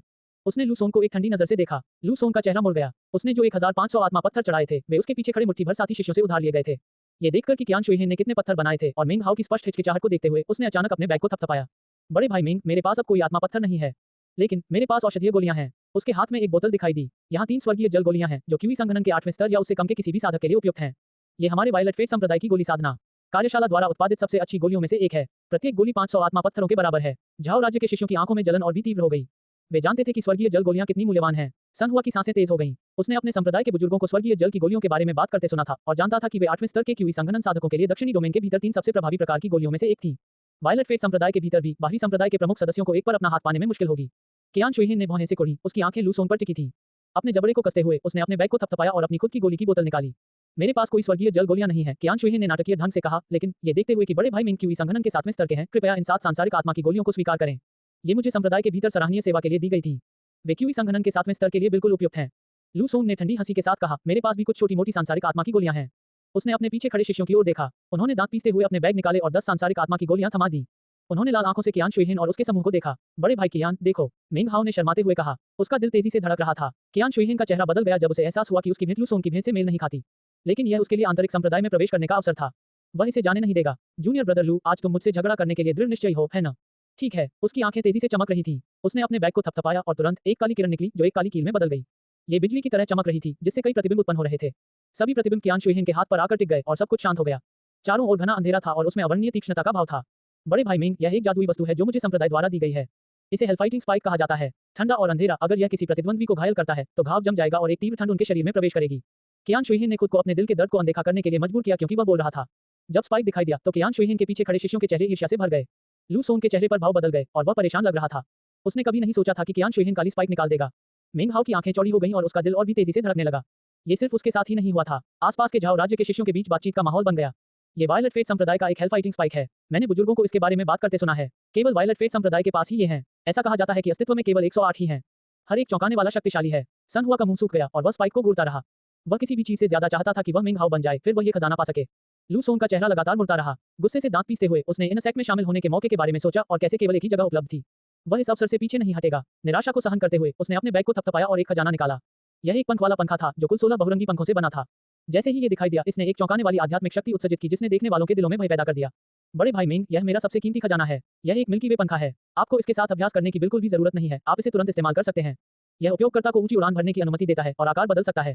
16 पंख हमला करने के लिए उड़ भी सकते हैं या ढाल बनाने के लिए आपके चारों ओर चक्कर लगा सकते हैं। इसका इस्तेमाल हमले और बचाव दोनों में किया जा सकता है। ये हमारे संप्रदाय का खजाना नहीं है, बल्कि कुछ ऐसा है जो मैंने किस्मत से हासिल किया है। मुझे इसे आपके सामने व्यापार में पेश करने की अनुमति दें। साथ ही दाववादी एक भद्दा भाव उसके चेहरे पर छा गया और उसका दिल खून से लथपथ हो गया, लेकिन आंतरिक संप्रदाय में एक स्थान के लिए कियान शुइहिन के साथ प्रतिस्पर्धा करते हुए उसने बिना किसी तो क्या कारण की परवाह किए आगे बढ़ना शुरू कर दिया। जब पंखा दिखाई दिया तो कियान शुइहिन के चेहरे का भाव बदल गया। वह 2 कदम पीछे हट गया, उसकी आंखों में खून की लकीरें भर गईं। वह जानता था कि यह एक बेहद कीमती खजाना है। इसे पेश करना लगभग अपनी जान जोखिम में डालने जैसा था। जहां तक झाओ के शिष्यों की बात है, वे हैरान थे और उनके सिर में हलचल मच गई। हो सकता है कि वे पंखे से परिचित न हो, लेकिन ये स्पष्ट रूप से एक शानदार असाधारण वस्तु थी। इससे भयंकर आध्यात्मिक शक्ति निकलती थी, जिससे उनके दिल सदमे में धड़क उठते थे। सुन हुआ की आंखें बड़ी हो गईं और उसका शरीर भयंकर ईर्ष्या से भरकर कांपने लगा। मेंग हाओ ने गहरी सांस ली। इस समय वह वास्तव में बहुत खुश नहीं था, बल्कि आशंकित था। उसने पहले ही सन की गीत को अपमानित कर दिया था और वायलेट फेट संप्रदाय को गहराई से अपमानित करने के विचार ने उसके पूरे शरीर पर ठंडा पसीना छोड़ दिया। लेकिन ऐसा लग रहा था कि चाहे वह व्यापार करना चाहे या नहीं, उसे करना ही होगा। उसका वर्तमान रूप, उसकी भौहें और उसकी आंखों में अंधेरा, इन सब से देखने वालों को लगा कि उसके सामने मौजूद खजाने को वह इतना मूल्यवान नहीं समझता कि उसका व्यापार किया जा सके। बड़े भाई मेंग, मेरे पास पठार चार्जिंग की गोली भी है, जो क्यूई कंडेंसेशन के 9वें स्तर पर उपयोगी है। अपने दिल में दर्द को अनदेखा करते हुए कियान शुइहिन ने अपने बैग को थपथपाया और एक गोली की बोतल निकाली। ये बहुत कीमती है। क्यूई कंडेंसेशन के 9वें स्तर का कोई भी साधक सिर्फ एक को देखकर पागल हो जाएगा। भले ही इसकी तुलना फाउंडेशन स्थापना गोली से नहीं की जा सकती, फिर भी ये बहुत मूल्यवान है। बोलते समय उसने मेंग हाओ की ओर नहीं देखा, बल्कि लूसोंग की ओर देखा। ये भला मेंग हाओ को दिल में और भी उलझन महसूस हुई और वह आगे बोलने ही वाला था कि अचानक लूसोंग ने अपना सिर आसमान की ओर उठाया और जोर से हंसा। उसने अपना हाथ ऊपर उठाया और अपने लबादे से एक ब्रोकेट की थैली निकाली। उसने उसे पलटा और उसमें से एक मोटी गोल गोली निकली। ये काली थी और इसमें से आध्यात्मिक शक्ति का एक टुकड़ा भी नहीं निकलता था। लेकिन ये देखते हुए कि लूसोंग ने इसे कितनी सावधानी से संभाला था, ये स्पष्ट रूप से किसी प्रकार का खजाना था। बड़े भाई मेंग, ये गोली दोबारा इस्तेमाल करने लायक नहीं है। वास्तव में यह एक दुर्लभ जादुई गोली है। जब आप इसे कुचलेंगे तो यह एक अत्यधिक विषैले काले बिच्छू में बदल जाएगी, जो क्यूई कंडेंसेशन के 9वें स्तर के साधक को घायल कर सकती है, शायद उसे मार भी सकती है। ये जादुई गोली मुझे मेरे कबीले ने दी थी। लो, इसे ले लो। लूसोंग की आंखें लाल थीं, लेकिन वे मेंग हाओ को नहीं, बल्कि कियान शुइहिन को देख रही थीं। उसने जादुई गोली को व्यापार में ऊपर उठाया, लेकिन वह वास्तव में इसका इस्तेमाल कियान शुइहिन को धमकाने के लिए कर रहा था, जैसे कि यह टाई ब्रेकर हो। कियान शुइहिन के हाव भाव बदल गए और उसकी आंखें चमक उठी, हत्या के इरादे से भर गईं। लेकिन उसने जल्दी से खुद को संभाला और फिर सहजता से कहा, शायद हम दोनों को खजाने के लिए व्यापार करना चाहिए, फिर इसे एल्डवू के पास वापस ले जाना चाहिए और उन्हें तय करने देना चाहिए कि क्या करना है। लूसोंग ने कोई जवाब नहीं दिया। वह वास्तव में हमला नहीं करना चाहता था। अगर यह किसी सुदूर जगह पर होता जहां कोई नहीं देख सकता था, तो शायद वह हमला करता। लेकिन इतने सारे लोगों के देखने से चीजें जटिल हो गई थीं। वह केवल कियान शुइहिन को धमकाना चाहता था। सुझाव सुनने पर उसने सिर हिलाया। हालांकि यह थोड़ा दर्दनाक था। जब उसने कियान शुइहिन के हाथ में पठार चार्जिंग गोली को देखा, तो वह केवल अपना जबड़ा कर सकता था और अपनी जादुई गोली उसके सामने रख सकता था। ये देखकर कियान शुइहिन ने बड़ी राहत महसूस की। मेंग हाओ से पूछे बिना उसने लोहे का भाला पकड़ा और भाग गया। लूसोंग भी भाला पकड़े हुए उसके साथ गया। वे शहर के गेट की ओर बढ़े। उनमें से प्रत्येक ने एक दूसरे को संदेह भरी निगाहों से देखा। वायलेट फेट संप्रदाय के अन्य शिष्यों ने तुरंत उनका पीछा किया और तुरंत शहर के द्वार से होते हुए दूर चले गए। ऐसा लग रहा था कि वे स्टेट शील्ड माउंटेन चेन की दिशा में जा रहे थे। मेंग हाओ का दिल तेजी से धड़क रहा था। बिना किसी हिचकिचाहट के उसने अपनी आस्तीन को हिलाया और सभी विभिन्न वस्तुओं को इकट्ठा किया। फिर वह मुड़ा और जितनी जल्दी हो सके उतनी तेजी से भाग गया। झाओ राज्य के शिष्यों की आंखें चमक उठी, खासकर सुन हुआ की। उसकी आंखें जोश से भर गईं और वह मेंग हाओ का पीछा करने और हमला करने के लिए आगे बढ़ा। लेकिन मेंग हाओ ने अपना दाहिना हाथ हिलाया और पंखा उड़कर उसके पैरों के नीचे आ गिरा। उसकी गति तेजी से बढ़ी और वह दूर तक उड़ गया। उसी समय 100 खजाने के मंडप में गोली भट्टी के बगल में बैठे मध्यम आयु वर्ग के व्यक्ति ने अपनी आंखें खोली। वे बिजली की तरह चमक उठी जब उसने मेंग हाओ को गायब होते देखा। ये वायलेट फेट संप्रदाय के अनुयायी हर पीढ़ी के साथ बदतर होते जा रहे हैं, उन्होंने शांत भाव से कहा। वे मूर्ख हैं। भले ही उनके पास फाउंडेशन स्थापना चरण की आध्यात्मिक समझ न हो, फिर भी उन्हें ये बताने में सक्षम होना चाहिए कि वह चीज बेकार है। ये सुनकर कियाओ लिंग और अन्य लड़कियां, जिन्होंने अभी अभी सब कुछ घटित होते देखा था, आश्चर्यचकित हो गईं। ये तो बस एक लोहे का भाला है, आदमी ने धीरे से कहा। जूनियर पीढ़ी के उस युवा सदस्य, जिसका उपनाम मिंग है, उसने खुद ही यह कहा था। उसने फिर से अपनी आंखें बंद कर लीं। योजक चिन्ह, योजक चिन्ह, योजक चिन्ह, योजक चिन्ह, योजक चिन्ह। अध्याय 57। क्या यह इसके लायक था? मेंग हाओ को काफी उलझन महसूस हुई। वह उस कीमती पंखे पर खड़ा था जिसे उसने अभी अभी खरीदा था और पूरी ताकत से भाग निकलने के लिए अपनी आध्यात्मिक शक्ति का इस्तेमाल कर रहा था। उसे डर था कि अगर वह थोड़ा भी धीमा हुआ तो उस पर हमला किया जाएगा और उसे लूट लिया जाएगा। पहले मैंने सन की गीत को नाराज किया, मेंग हाओ ने आह भरी, और फिर वायलेट फेट संप्रदाय को। लेकिन यह मेरी गलती नहीं है, उन्होंने मुझे व्यापार करने के लिए मजबूर किया। उसके मन में वह निर्दोष था। उस समय उसके पास भला व्यापार करने के अलावा कोई विकल्प नहीं था। बार बार आह भरते हुए उसने खुद को तेजी से आगे बढ़ने के लिए प्रेरित किया। स्टेट शील्ड माउंटेन रेंज के करीब और करीब पहुंच गया। मुझे कुछ समय के लिए छिपने के लिए जगह ढूंढनी होगी। अगर कोई मुझे पकड़ लेता है तो मैं बहुत खतरे में पड़ जाऊंगा। मेंग हाओ ने भौहें सिकोड़ी। कीमती पंखे की शक्ति फीकी पड़ गई और वह जमीन पर गिर पड़ा, पंखे को दूर रखा और भागने लगा। मैं फाउंडेशन एस्टेब्लिशमेंट तक कब पहुंच पाऊंगा? तब मैं सचमुच उड़ पाऊंगा। 2 दिन बीत गए। इस दौरान मेंग हाओ ने बिल्कुल भी आराम नहीं किया। वह बस दौड़ता रहा, ये सोचते हुए कि जब से शांगुआनशियू ने माउंट डाकिंग पर उसका पीछा करना शुरू किया था, तब से उसने बिल्कुल भी आराम नहीं किया। लेकिन उसके पास कोई विकल्प नहीं था। अगर वह ऐसा नहीं करता तो क्या होता, ये सोचना भी बहुत भयानक था। इस बीच स्टेट शील्ड माउंटेन चेन में खजाने के पहाड़ के बगल में पठार के ऊपर वु डिंक्यू ने एक टुकड़ा उठाया, बड़े मुस्कुराते हुए। लगभग 1 घंटे तक सोचने के बाद उसने धीरे से टुकड़ा बोर्ड पर रख दिया। सन की सॉन्ग का चेहरा लोहे की तरह सख्त हो गया था। ठंडी सांस लेते हुए उसने एक मोहरा बोर्ड पर पटक दिया। सन की सॉन्ग, तुम्हारा साधना आधार बहुत परिष्कृत है। तुम्हें खुद को ऐसे मूड में नहीं आने देना चाहिए। वु डिंक्यू ने अपनी दाढ़ी को सहलाया और हंसा। वह ठंडी हवा की तरह शांत दिख रहा था। हमारी पीढ़ी के साधकों को हमारी क्यूई को शांत करने और हमारे मन को शांत करने में सक्षम होना चाहिए। हमारे चारों ओर पहाड़ टूटने के बावजूद हमारे भाव नहीं बदलने चाहिए। लेकिन तुम पर नजर डालो, क्या तुम वाकई जूनियर पीढ़ी के किसी व्यक्ति की वजह से इतने असहज हो? अगर हमारी स्थिति बदल दी जाए तो तुम भी वही होगे, संकी सॉन्ग ने कड़वाहट से कहा। बिल्कुल नहीं, अगर मैं वो इस स्थिति में होता तो मैं केवल प्रशंसा करता और निश्चित रूप से क्रोध महसूस नहीं करता। वायलेट फेट संप्रदाय में हम अपने स्वभाव को विकसित करते हैं और इस तरह की किसी चीज को हमारे क्रोध को भड़काने की अनुमति नहीं देंगे। कोई अपराध नहीं, संकी गीत, लेकिन जहां तक इस प्रकार की साधना की बात है तो आपको वास्तव में वायलेट फेट संप्रदाय से कुछ सीखना है। वु डिंग हंसा, जाहिर तौर पर खुद से काफी प्रसन्न था। इसके बारे में क्या ख्याल है? उसने आगे कहा। गो का ये खेल खत्म करने के बाद तुम मेरे साथ वायलेट फेट संप्रदाय में आ सकते हो। मैं तुम्हें हमारे नैतिक साधना मैनुअल को पढ़ने की अनुमति दूंगा और फिर तुम समझ जाओगे कि क्यूई को शांत करने और मन को शांत करने का क्या मतलब है। वु डिंग की मुस्कान इतनी चौड़ी थी कि उसके चेहरे पर झुर्रियां दिखाई देने लगी। संकी सॉन्ग ने बड़बड़ाते हुए जवाब देने से इनकार कर दिया और बस दूर की ओर देखने लगा। वु डिंग की मुस्कान और भी मजबूत हो गई और उसने भी दूर की ओर देखा। कुछ ही देर में दो आकृतियां जंगल के रास्ते उनकी ओर दौड़ती हुई दिखाई दी। वे कियान शुइहिन और लू सॉन्ग थे। उन्होंने अपने बीच एक लोहे का भाला पकड़ लिया और पठार की ओर बढ़ने लगे। उनके पीछे वायलेट फेट सेक्ट के अन्य शिष्यों का एक छोटा समूह था। कियान शुइहिन और लू सॉन्ग ने पठार पर कदम रखा और दोनों ने एक साथ बोलना शुरू किया। नमस्कार एल्डर वू, शिष्य ने कार्य पूरा कर लिया है। मैंने व्यापार के माध्यम से यह बहुमूल्य वस्तु प्राप्त की है। नमस्कार एल्डर वू, सौभाग्य से मैं अपने मिशन में विफल नहीं हुआ हूँ। मैं भाले के बदले में व्यापार करने में सक्षम था। वु डिंग की हंसी गूंजने पर संकी सॉन्ग का चेहरा गंभीर हो गया। बहुत बढ़िया, अच्छा काम किया तुम दोनों ने। वह हंसा। मैं तुम दोनों को आंतरिक संप्रदाय में पदोन्नत करने का काम अपने ऊपर ले लूंगा। तुमने उस बच्चे के लिए कोई समस्या नहीं खड़ी की, है ना? मुझे ये बताते हुए खुशी हो रही है कि हमने एक निष्पक्ष सौदा किया है, कियान शुइहिन ने जल्दबाजी में कहा। उसके बगल में लू सॉन्ग ने उत्साह से सिर हिलाया, उत्साहित दिख रहा था। हमने उसके लिए कोई समस्या पैदा नहीं की। संकी सॉन्ग, आओ इस अनमोल दिव्य भाले को देखें। वु डिंग हंसा। उसने अपनी आस्तीन फड़फड़ाई और लोहे का भाला उसकी ओर उड़ गया। जैसे ही भाला उसके हाथ में लगा, वु डिंग के चेहरे के भाव बदल गए। भाले को करीब से देखने पर उसकी आंखें चमक उठी। गंभीर चेहरे वाले संकी सॉन्ग ने भी उसे करीब से देखा, जिसके बाद उसकी आंखें चमकने लगी। वह मुंह खोले घूरता रहा, फिर अचानक मुस्कुराया। वु डिंग की अभिव्यक्ति और भी अधिक भद्दी होती गई। चाहे वह भाले को किसी भी तरफ से देखे, वह स्वभाव से साधारण ही था। यह मानने से इनकार करते हुए कि यह सच है, उसने भाले को पहाड़ से नीचे एक बेतरतीब राक्षसी जानवर की ओर इशारा किया। प्राणी ने इस पर ध्यान भी नहीं दिया। उसके चेहरे पर भाव बहुत ही भद्दे थे। उसने धीरे से अपना सिर उठाया और कियान शुइहिन और लू सॉन्ग की तरफ ठंडी नजरों से देखा। जब उन्होंने वु डिंग की आंखों में भाव देखा तो उनका उत्साह फीका पड़ गया और वे कांपने लगे। उनकी आंखों में खाली भाव भर गए। इस भाले के बदले तुमने क्या किया? वु डिंग ने एक शब्द पूछते हुए कहा। घबराए हुए दिखते हुए कियान शुइहिन ने कहा, शिष्य ने 2000 आत्मा पत्थर, 7 सांसारिक आत्मा गोलियां, संप्रदाय की नरक से लड़ने वाली कीलों में से एक और एक पठार चार्जिंग गोली दी। वु डिंग का चेहरा काला पड़ गया। इसके बाद लू सॉन्ग बोला, शिष्य ने 1500 आत्मा पत्थर, 3 स्वर्गीय आत्मा गोलियां, एक कीमती पंखा और एक जादुई गोली दी। संकी सॉन्ग जोर से हंस पड़ा। ये हंसी मुक्ति की थी, मानो पिछले कुछ दिनों से उसका सारा दबा हुआ अवसाद अचानक गायब हो गया हो।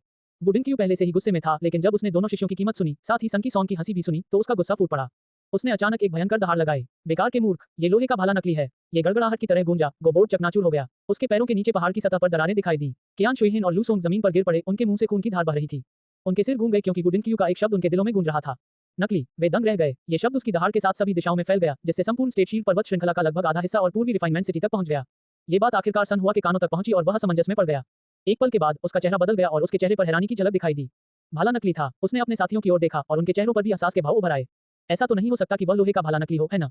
100 खजानों के मंडप के अंदर क्याओलिंग एक साधक को एक जादुई वस्तु से परिचित करा रही थी, तभी उसने बाहर से शोर सुना। आश्चर्यचकित होकर उसने मिंग हाओ के लोहे के भाले के बारे में सोचा और उसके चेहरे पर एक अजीब सी झलक दिखाई दी। गोलियों की भट्टी के पास अधेड़ उम्र के आदमी ने अपनी आंखें खोली और वे एक उपहासपूर्ण भाव के साथ फड़क उठी। बिना कुछ कहे उसने उन्हें फिर से बंद कर लिया। स्टेट शील्ड पर्वत के पठार से बहुत दूर मिंग हाओ ने अपना सिर नीचे किया और भी तेजी से भागा। संकी सॉन्ग की हंसी पहाड़ों में गूंज रही थी। वु डिंग का चेहरा इससे ज्यादा भयानक नहीं लग सकता था। वह वायलेट फेट संप्रदाय का एक बुजुर्ग क्यूई कंडेंसेशन चरण के एक साधक द्वारा धोखा दिया गया था।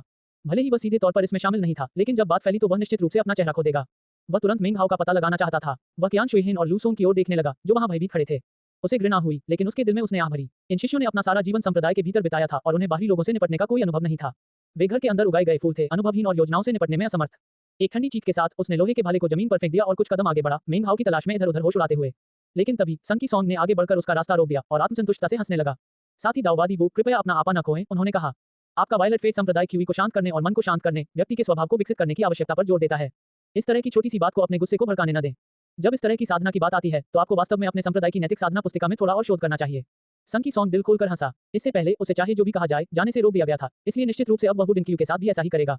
वु डिंग का चेहरा काला पड़ गया और वह संकी सॉन्ग को घूरता रहा, लेकिन उसने कुछ नहीं कहा। तुमने गो बोर्ड तोड़ दिया, इसलिए अब हम खत्म नहीं कर सकते, संकी सॉन्ग ने मुस्कुराते हुए कहा। इस बारे में क्या तुम मुझे अपने वायलेट फेट सेक्ट में ले जाने वाले थे, है ना? अच्छा, चलो चलते हैं। हम कुछ महीनों तक चैट कर सकते हैं और गो खेल सकते हैं। उसके दिल से उदासी पूरी तरह से गायब हो गई थी। वु डिंग को इस तरह देखकर वह अविश्वसनीय रूप से खुश था। जहां तक मिंग हाओ ने खजाने ले लिए थे, उसे अब कोई परवाह नहीं थी। उसके लिए सबसे महत्वपूर्ण बात वु डिंग के चेहरे पर आक्रोश और अपमान का भाव था। उसने वु डिंग को खींचा, स्पष्टतः उसका उसे प्रतिरोध करने देने का कोई इरादा नहीं था। वु डिंग का दिल निराशा से भर गया। उसने संकी सॉन्ग को घूरा, फिर एक लंबी सांस छोड़ी। वह जानता था कि वह आदमी उसे मिंग हाओ का पीछा नहीं करने देगा। उसने गुस्से से अपना पैर पटका, फिर संकी सॉन्ग को उसे हवा में खींचने दिया। तुम बेकार के मूर्ख लोग साथ नहीं दे पाओगे, वु डिंग ने कांपते हुए कियान शुइहिन और लू सॉन्ग की ओर देखते हुए कहा। आंतरिक संप्रदाय की पदोन्नति विफल हो गई है। संप्रदाय में वापस लौट जाओ और तुरंत एकांत ध्यान में लग जाओ। अन्य शिष्यों ने पीला चेहरा देखते हुए कहा। लानत है तुम पर, मिंग हाओ, लू सॉन्ग ने अपना सिर नीचे करते हुए कहा। उसका चेहरा गुस्से से तमतमा गया। मैं इसे कभी नहीं भूलूंगा, तुम बेशर्म कमीने। जब उसे मिंग हाओ की शर्मीली अभिव्यक्ति याद आई तो उसने अपने दांत पीस लिए और ऐसा लग रहा था कि उसकी आंखों में आग लग जाएगी। उसने अपने पूरे जीवन में कभी किसी ऐसे बेशर्म व्यक्ति को नहीं देखा था। भाला स्पष्ट रूप से नकली था। जब उसने सोचा कि उसने इसके लिए कितनी कीमत चुकाई है तो उसका चेहरा दर्द से भर गया। जब उसने इनर सेक्ट में प्रवेश करने के खोए हुए अवसर के बारे में सोचा तो वह इतना क्रोधित हो गया कि उसके मुंह से खून निकलने लगा। बेशर्म, घिनौना, कियान, शुइहिन ने अपनी कीमती वस्तुओं के बारे में सोचते हुए कहा। उसने लोहे का भाला उठाया। मिंग हाओ, तुम एक पूर्ण बदमाश हो। जब उसने इनर सेक्ट प्रमोशन की विफलता के बारे में सोचा तो वह वास्तव में पागल होने वाला था। और फिर उसने सभी औषधीय गोलियों और जादुई वस्तुओं के बारे में सोचा और मिंग हाओ के लिए उसकी नफरत आसमान छू गई। दोनों ने एक दूसरे की ओर देखा और उनके चेहरे पर दर्द के भाव थे। हम इस भाले को संप्रदाय के अंदर रखेंगे ताकि हमें याद रहे कि हमें मिंग हाओ को मारना है। उनकी आंखों में भयंकर हत्या की भावना भरी हुई थी और फिर भी अग्नि परीक्षा समाप्त हो चुकी थी और उन्हें संप्रदाय में वापस लौटना था। उनका द्वेष और हत्या के विचार केवल उनके दिलों में ही छिपे रह सकते थे जिन्हें कभी मिटाया नहीं जा सकता था। इस बीच मिंग हाओ बुरी तरह डर गया और उसे लगा कि उस पर गलत आरोप लगाया जा रहा है। आह भरते हुए उसने अपनी गति बढ़ा दी। लगातार 7 दिनों तक वह जितनी तेज दौड़ सकता था दौड़ता रहा। आखिरकार उसे गहरे पहाड़ों में एक अमर की गुफा मिल गई। थककर वह क्रॉस लेग बैठ गया और ध्यान लगाने और सांस लेने के व्यायाम करने लगा। क्या यह इसके लायक था? उसने खुद से आह भरी। वह भागने के दिनों से थक गया था लेकिन पकड़े जाने से बहुत डर गया था। अब वह अपने आखिरी पड़ाव पर था। 2 दिन बाद भोर में उसने अपनी आंखें खोली और फिर से दौड़ना शुरू कर दिया। आधे महीने तक उसने किसी को भी खुद को देखने की हिम्मत नहीं दिखाई। अंत में दूरदराज के पहाड़ों में जब उसे लगा कि यह सुरक्षित है तो उसने एक उड़ने वाली तलवार का उपयोग करके एक गुफा खोदी, फिर ध्यान करने के लिए खुद को अंदर बंद कर लिया। अध्याय 58, यह उसकी दुनिया नहीं है। 2 महीने बीत गए। मिंग हाओ गहरी पहाड़ियों में अमर गुफा में पैर मोड़कर बैठा था। अचानक एक तेज आवाज हुई जिससे आसपास के जानवर भाग गए। गुफा को बंद करने के लिए उसने जो बड़ा पत्थर का स्लैब काटा था वह अचानक टुकड़ों में बिखर गया। मिंग हाओ के अमर गुफा से बाहर निकलते ही चारों तरफ पत्थर के टुकड़े बरसने लगे। उसके बाद उसके विद्वान के लबादे के चारों ओर लटक रहे थे। उसकी आंखें बिजली की तरह चमक रही थी और उससे एक चौंकाने वाली आभा निकल रही थी, साथ ही एक सुखद सुगंधित सुगंध भी। उसके चेहरे पर खुशी के भाव थे। इतने लंबे समय तक एकांत ध्यान में रहने के बाद उसने एक जोरदार ठहाका लगाया जिसकी गूंज से जंगली जानवर भाग खड़े हुए। क्यूई कंडेंसेशन का 8वां स्तर, उसने कहा। उसकी मुट्ठियां भींची हुई थीं। उसकी आंखें चमक रही थीं जो रात के समय और भी स्पष्ट होती। 2 महीने के ध्यान की शुरुआत घबराहट और आसन खतरे की भावना से हुई थी। साधना के अभ्यास के साथ साथ ये भावनाएं धीरे धीरे गायब हो गईं। उन्होंने औषधीय गोलियों की नकल करने के लिए 10,000 से ज्यादा स्पिरिट स्टोन का इस्तेमाल किया जिनका इस्तेमाल उन्होंने अपने ध्यान में किया। वह फिर कभी खतरे की स्थिति में नहीं पड़ना चाहता था। उसे मजबूत बनने की जरूरत थी ताकि वह उन लोगों से आगे निकल सके जो उसे धमका रहे थे। मुझे शक्तिशाली बनना है, इसके अलावा और कोई कारण नहीं है। मुझे शक्तिशाली बनना ही होगा। वह अमर की गुफा के बाहर खड़ा था, ताजी पहाड़ी हवा में सांस ले रहा था। उसकी आंखें दृढ़ संकल्प से भरी हुई थीं। वह एक साधारण विद्वान था, कन्फ्यूजियनिज्म का छात्र था, लेकिन पिछले 3 सालों में वह थोड़ा और अधिक आंतरिक रूप से केंद्रित हो गया था। उसने जो कुछ भी अनुभव किया था उसके बाद उसका व्यक्तित्व पहले से बहुत अलग हो गया था। उसकी जिद्दीपन अब और भी ज्यादा स्पष्ट हो गई थी। वह शाही परीक्षाओं में असफल होने के बाद भी हार न मानने के अपने हठ में अड़ा रहा था। वह रिलायंस संप्रदाय में अपने संघर्षों में अड़ा रहा था। वह तब भी अड़ा रहा था जब उसने वांग तेंगफेई के सामने अपना पक्ष रखा था। और अब वह भविष्य के लिए अपनी उम्मीदों में अड़ा हुआ था। शक्तिशाली बनना अमीर बनने जैसा ही है। यह एक ऐसा सपना है जिसके लिए किसी कारण की आवश्यकता नहीं होती। अगर किसी कारण की आवश्यकता है तो शायद वह गरीब या कमजोर होने का डर है। मिंग हाओ का यही मानना था। जीवन एक निरंतर जलती हुई लौ है जो उत्साह से भरी हुई है। जीवन में व्यक्ति को मजबूत होना चाहिए और कभी भी अपना सिर नीचा नहीं करना चाहिए। उसने रिलायंस संप्रदाय के बारे में सोचते हुए आसमान की ओर देखा। उसने झाओ राज्य के विशेषज्ञों के अहंकारी दम के बारे में सोचा। उसने उन लोगों की ठंडक के बारे में सोचा जिन्होंने उसे मारने की कोशिश की थी। उसने उस अधेड़ उम्र के दाव रक्षक की निगाह के बारे में सोचा जो उस रात वांग तेंगफेई के बगल में खड़ा था। जब मैं छोटा था तब मेरी माँ और पिता गायब हो गए थे। अगर मैंने खुद को बेहतर बनाने के लिए संघर्ष नहीं किया होता तो मैं आज तक नहीं जी पाता। इसके बजाय मैंने खुद को निराशा के हवाले कर दिया होता। अगर मैंने रिलायंस संप्रदाय में अपने समय के दौरान मजबूत बनने के लिए संघर्ष नहीं किया होता तो मैं कभी भी इन संप्रदाय का सदस्य नहीं बन पाता। आत्म सुधार पर जिद्दी आग्रह, यही भविष्य में मेरा रास्ता है। उसने बहुत लंबी सांस ली। फिर उसने अपना हाथ उठाया और अपनी आस्तीन को झटका। एक काली किरण दिखाई दी जो एक काले रंग की कील में बदल गई। एक काली चमक निकलती हुई ये पास के एक पत्थर की ओर बढ़ी। एक जोरदार धमाका हुआ और 18 मीटर से ज्यादा ऊंचा पत्थर टूटकर टुकड़ों में बिखर गया। बीच बीच में काली बर्फ के टुकड़े भी गिरे। वे जमीन पर गिरे जिससे बहुत ठंडक फैल गई। संतुष्टि के भाव के साथ मिंग हाओ ने अपना हाथ हिलाया और काली कील वापस उसके पास उड़ गई। उसने अपना हाथ फिर से हिलाया और इस बार एक बहुरंगी किरण उसके चारों ओर घूम गई। 16 पंखों वाला पंखा दिखाई दिया जो उसकी उंगलियों की हरकतों का अनुसरण करते हुए आगे पीछे उड़ रहा था। अचानक पंख अलग होने पर धमाका हुआ। 16 प्रकाश किरणें चारों ओर चक्कर लगा रही थीं। 16 पंख उड़ती हुई तलवारों की तरह हो गए थे, तेज और भयंकर। वे उसके हाथ की हरकतों का अनुसरण करते हुए उसके चारों ओर तेजी से घूमते हुए उसकी आध्यात्मिक शक्ति से सशक्त एक अभेद्य ढाल बना रहे थे। फिर पंख पुनः पंखे का आकार ले लिए और उसके हाथ पर टिक गए। ये बहुत बुरा है कि मेरे पास पर्याप्त स्पिरिट स्टोन नहीं थे। तांबे का दर्पण वास्तव में उन्हें खा जाता है। एक सांसारिक स्पिरिट पिल की नकल करने के लिए 100 स्पिरिट स्टोन की आवश्यकता होती है। ये बुरा मूल्य नहीं है। क्यूई कंडेंसेशन के 8वें स्तर तक पहुंचने पर उपयोगी स्वर्गीय स्पिरिट पिल के लिए 500 की आवश्यकता होती है। बस थोड़ा महंगा है। स्पिरिट स्टोन के बारे में सोचते हुए उसने भौहें सिकोड़ी। उसके पास मौजूद 10,000 स्पिरिट स्टोन में से बहुत कम बचे थे। 7वें स्तर से 8वें स्तर तक पहुंचने में बिताए 2 महीनों के दौरान उसने 80 से अधिक सांसारिक स्पिरिट पिल खाली थी। क्यूई कंडेंसेशन के 8वें स्तर तक पहुंचने से पहले ये लगभग 2 प्रतिदिन था। भविष्य में उसने खुद से कहा, मुझे साधना का अभ्यास करने के लिए और भी अधिक आध्यात्मिक शक्ति की आवश्यकता होगी। अपने बैग के अंदर एक नजर डालने पर पता चला कि उसके पास केवल 5 स्वर्गीय आत्मा गोलियां हैं। उसने पहले ही एक खाली थी और उसने गणना की थी कि क्यूई संघनन के 9वें स्तर तक पहुंचने के लिए उसे लगभग 150 की आवश्यकता होगी। मुझे पता है कि मुझे बहुत सारी आध्यात्मिक शक्ति की आवश्यकता है, लेकिन क्या ऐसा हो सकता है कि राक्षसी कोर के अत्यधिक सेवन के कारण मेरा शरीर औषधीय गोलियों को अस्वीकार करने लगा है? वह झिझक रहा था। उसे यकीन नहीं था कि वह अपने सिद्धांत की पुष्टि कैसे करे। अगर वह सही था तो उसे और भी अधिक स्वर्गीय आत्मा की गोलियों या शायद अन्य प्रकार की औषधीय गोलियों की आवश्यकता हो सकती है। 150 स्वर्गीय आत्मा गोलियां जो 70,000 आत्मा पत्थरों के बराबर हैं। उनके बिना मुझे इतनी आध्यात्मिक ऊर्जा इकट्ठा करने में बहुत समय लगेगा। साथ ही मेरी अव्यक्त प्रतिभा केवल साधारण है, इसलिए इसका मतलब है कि इसमें और भी अधिक समय लगेगा। उसने अपने बैग के खालीपन के बारे में सोचते हुए आह भरी। उसके पास 3 और असाधारण रूप से बड़े स्पिरिट स्टोन थे, लेकिन उसने उनका इस्तेमाल करने की हिम्मत नहीं की। वह अपनी साधना में जितना आगे बढ़ता गया, उसे उतना ही एहसास हुआ कि इतने सालों पहले लकड़ी की तलवार की नकल करने में उसने कितनी जल्दबाजी की थी। बड़े स्पिरिट स्टोन स्पष्ट रूप से असाधारण रूप से खास थे, अन्यथा वह वोपल जेड ब्लड क्रिस्टल की नकल नहीं कर पाता। मैं इन बड़े स्पिरिट स्टोन का इस्तेमाल तब तक नहीं करूंगा जब तक कि यह बिल्कुल जरूरी न हो, उसने दृढ़ता से कहा। हो सकता है कि भविष्य में इनका कोई और इस्तेमाल हो। उसके पैरों के नीचे पंखा चमकने लगा और उसका शरीर रोशनी की किरण में बदल गया जो दूर तक जा रही थी। वह यात्रा करते समय शांत था, अपनी आध्यात्मिक ऊर्जा का संचार कर रहा था। आखिरकार कीमती पंखा फीका पड़ने लगा और एक साधारण रूप लेने लगा। जैसे जैसे वह दूर होता गया, वह अधिक सहज होने लगा। इन सभी महीनों के बाद वायलेट फेट संप्रदाय के शिष्य निश्चित रूप से आगे बढ़ चुके होंगे। वह यात्रा करते समय सावधान था, अंततः पहाड़ों से बाहर निकल आया। उसने दूर तक देखा, अगर वह सही था तो यह क्षेत्र झाओ राज्य की राजधानी के करीब था। एक बार की बात है, वह दिन रात राजधानी शहर जाने के लिए तरसता रहता था। यह इच्छा पूर्वी भूमि में ग्रेट टैंक की यात्रा करने के उसके सपने के बाद दूसरे नंबर पर थी। उसने अपनी 3 साल की परीक्षाओं और 3 साल की असफलताओं के बारे में सोचते हुए भावनात्मक रूप से आह भरी। वह राजधानी शहर में अंतिम परीक्षाओं में भी कभी नहीं पहुंच पाया था। एक और 3 साल बीत गए और अब वह आखिरकार एक विद्वान के रूप में नहीं, बल्कि एक साधक के रूप में पहुंचा। जैसे ही वह राजधानी शहर के पास पहुंचा, उसने ग्लाइडिंग बंद कर दी और सार्वजनिक सड़क पर चलना शुरू कर दिया। उसने अपने बाल बांध लिए और ये अपने विद्वान के लबादे के साथ मिलकर उसे बिल्कुल पुराने विद्वान की तरह दिखने लगा जो वह हुआ करता था। हालांकि जब वह कुछ हद तक छोटा था, वर्षों की साधना के बाद वह अब लंबा और पतला हो गया था। उसकी त्वचा अभी भी थोड़ी काली थी, फिर भी जोरदार एक मजबूत हवा का उत्सर्जन करती हुई वह बिना सोचे समझे आगे बढ़ गया। अब मार्च का महीना था, जो झाओ राज्य में अक्सर बर्फबारी का समय होता है। जैसे जैसे मिंग हाओ आगे बढ़ा, शाम का अंधेरा उसके चारों ओर छाने लगा और बर्फ के टुकड़े धीरे धीरे गिरने लगे। जल्द ही जमीन सफेदी से ढक गई, मानो पंखदार रजाई हो। हवा के कारण मिंग हाओ के बालों पर बर्फ जम गई। बर्फ पिघली नहीं, बल्कि इकट्ठी होने लगी। सब कुछ शांत और स्थिर था। जैसे जैसे वह राजधानी शहर के करीब पहुंचता गया, एक घोड़ागाड़ी उसके पीछे से आती हुई बहुत तेज गति से आगे बढ़ती हुई। ऐसा लग रहा था कि जो भी अंदर था, उसे डर था कि शहर के द्वार जल्द ही बंद हो जाएंगे। ये गाड़ी मिंग हाओ के पास से गुजरी और उसके पीछे बर्फ के टुकड़े उड़ रहे थे। जैसे ही यह गुजरी, हवा ने गाड़ी के पर्दे को थोड़ा सा खोल दिया, जिससे एक युवा विद्वान कुछ ग्रंथ पढ़ रहा था। मिंग हाओ ने उसे शांति से देखा और कई साल पहले अपनी इसी तरह की शक्ल को याद किया। अब तक मिंग हाओ स्पष्ट रूप से लगभग 20 साल का था। हालांकि अंदर से वह बहुत बुरा महसूस कर रहा था। उसने हल्की सी आह भरी। आगे जाकर गाड़ी रुकी और पर्दा उठा। युवा विद्वान ने पीछे मुड़कर देखा, फिर गाड़ी से उतरकर हाथ जोड़कर मिंग हाओ को सलाम किया। भाई, क्या आप इंपीरियल परीक्षाओं के लिए कैपिटल सिटी जा रहे हैं? मिंग हाओ ने तुरंत सलामी दी। सालों पहले मैंने ऐसा करने का सपना देखा था, लेकिन वे सपने बहुत पहले ही फीके पड़ गए हैं। मैं बस स्टैंड के टॉवर को देखना चाहता हूँ। यह अफसोस की बात है, मेरे भाई, उसने खेद प्रकट करते हुए कहा। तुम्हारा व्यवहार बहुत ही सभ्य लगता है। मुझे लगा कि शायद हम दोनों ही उम्मीदवार हैं। क्या तुम सच में अधिकारी बनने की अपनी आकांक्षाओं को त्यागना चाहते हो? वह युवक मिंग हाओ की ही उम्र का लग रहा था। मिंग हाओ ने चुपचाप अपना सिर हिलाया। ठीक है, कोई बात नहीं, युवा विद्वान ने कहा। उसने मिंग हाओ के विद्वान रूप को देखा और गर्मजोशी से मुस्कुराया। अब बर्फबारी तेज होने लगी है और सड़क पर यात्रा करना और भी मुश्किल हो जाएगा। अगर बहुत देर हो गई तो आप शहर में प्रवेश नहीं कर पाएंगे। भाई, तुम मेरे साथ गाड़ी में क्यों नहीं आते? हमारे पास शहर तक पहुंचने के लिए अभी भी पर्याप्त समय होगा। मिंग हाओ ने आसमान की ओर देखा, फिर विद्वान की ओर देखा। उसने सम्मानपूर्वक सिर झुकाया, फिर गाड़ी में चढ़ गया। अंदर एक छोटी सी भट्टी में आग की चिंगारी सुलग रही थी, जिससे कड़ाके की ठंड दूर हो रही थी। साथ ही इस तथ्य से भी कि गाड़ी को एक बूढ़ा पारिवारिक अनुचर चला रहा था, ये स्पष्ट था कि विद्वान एक अमीर परिवार से था। बूढ़े ड्राइवर ने चौड़ी बांस की टोपी पहन रखी थी और उसके हाथों की पोरें बड़ी थी। ऐसा लग रहा था कि वह कुंग फू भी कर सकता है। मैं जेंग योंग हूँ, विद्वान ने मुस्कुराते हुए कहा, अपने हाथों को गर्म करते हुए। भाई, शर्मिंदा होने की कोई जरूरत नहीं है। हम दोनों विद्वान हैं और विद्वानों को जब भी संभव हो एक दूसरे की मदद करनी चाहिए। मैं मिंग हाओ हूँ, उसने एक विनम्र मुस्कान के साथ कहा।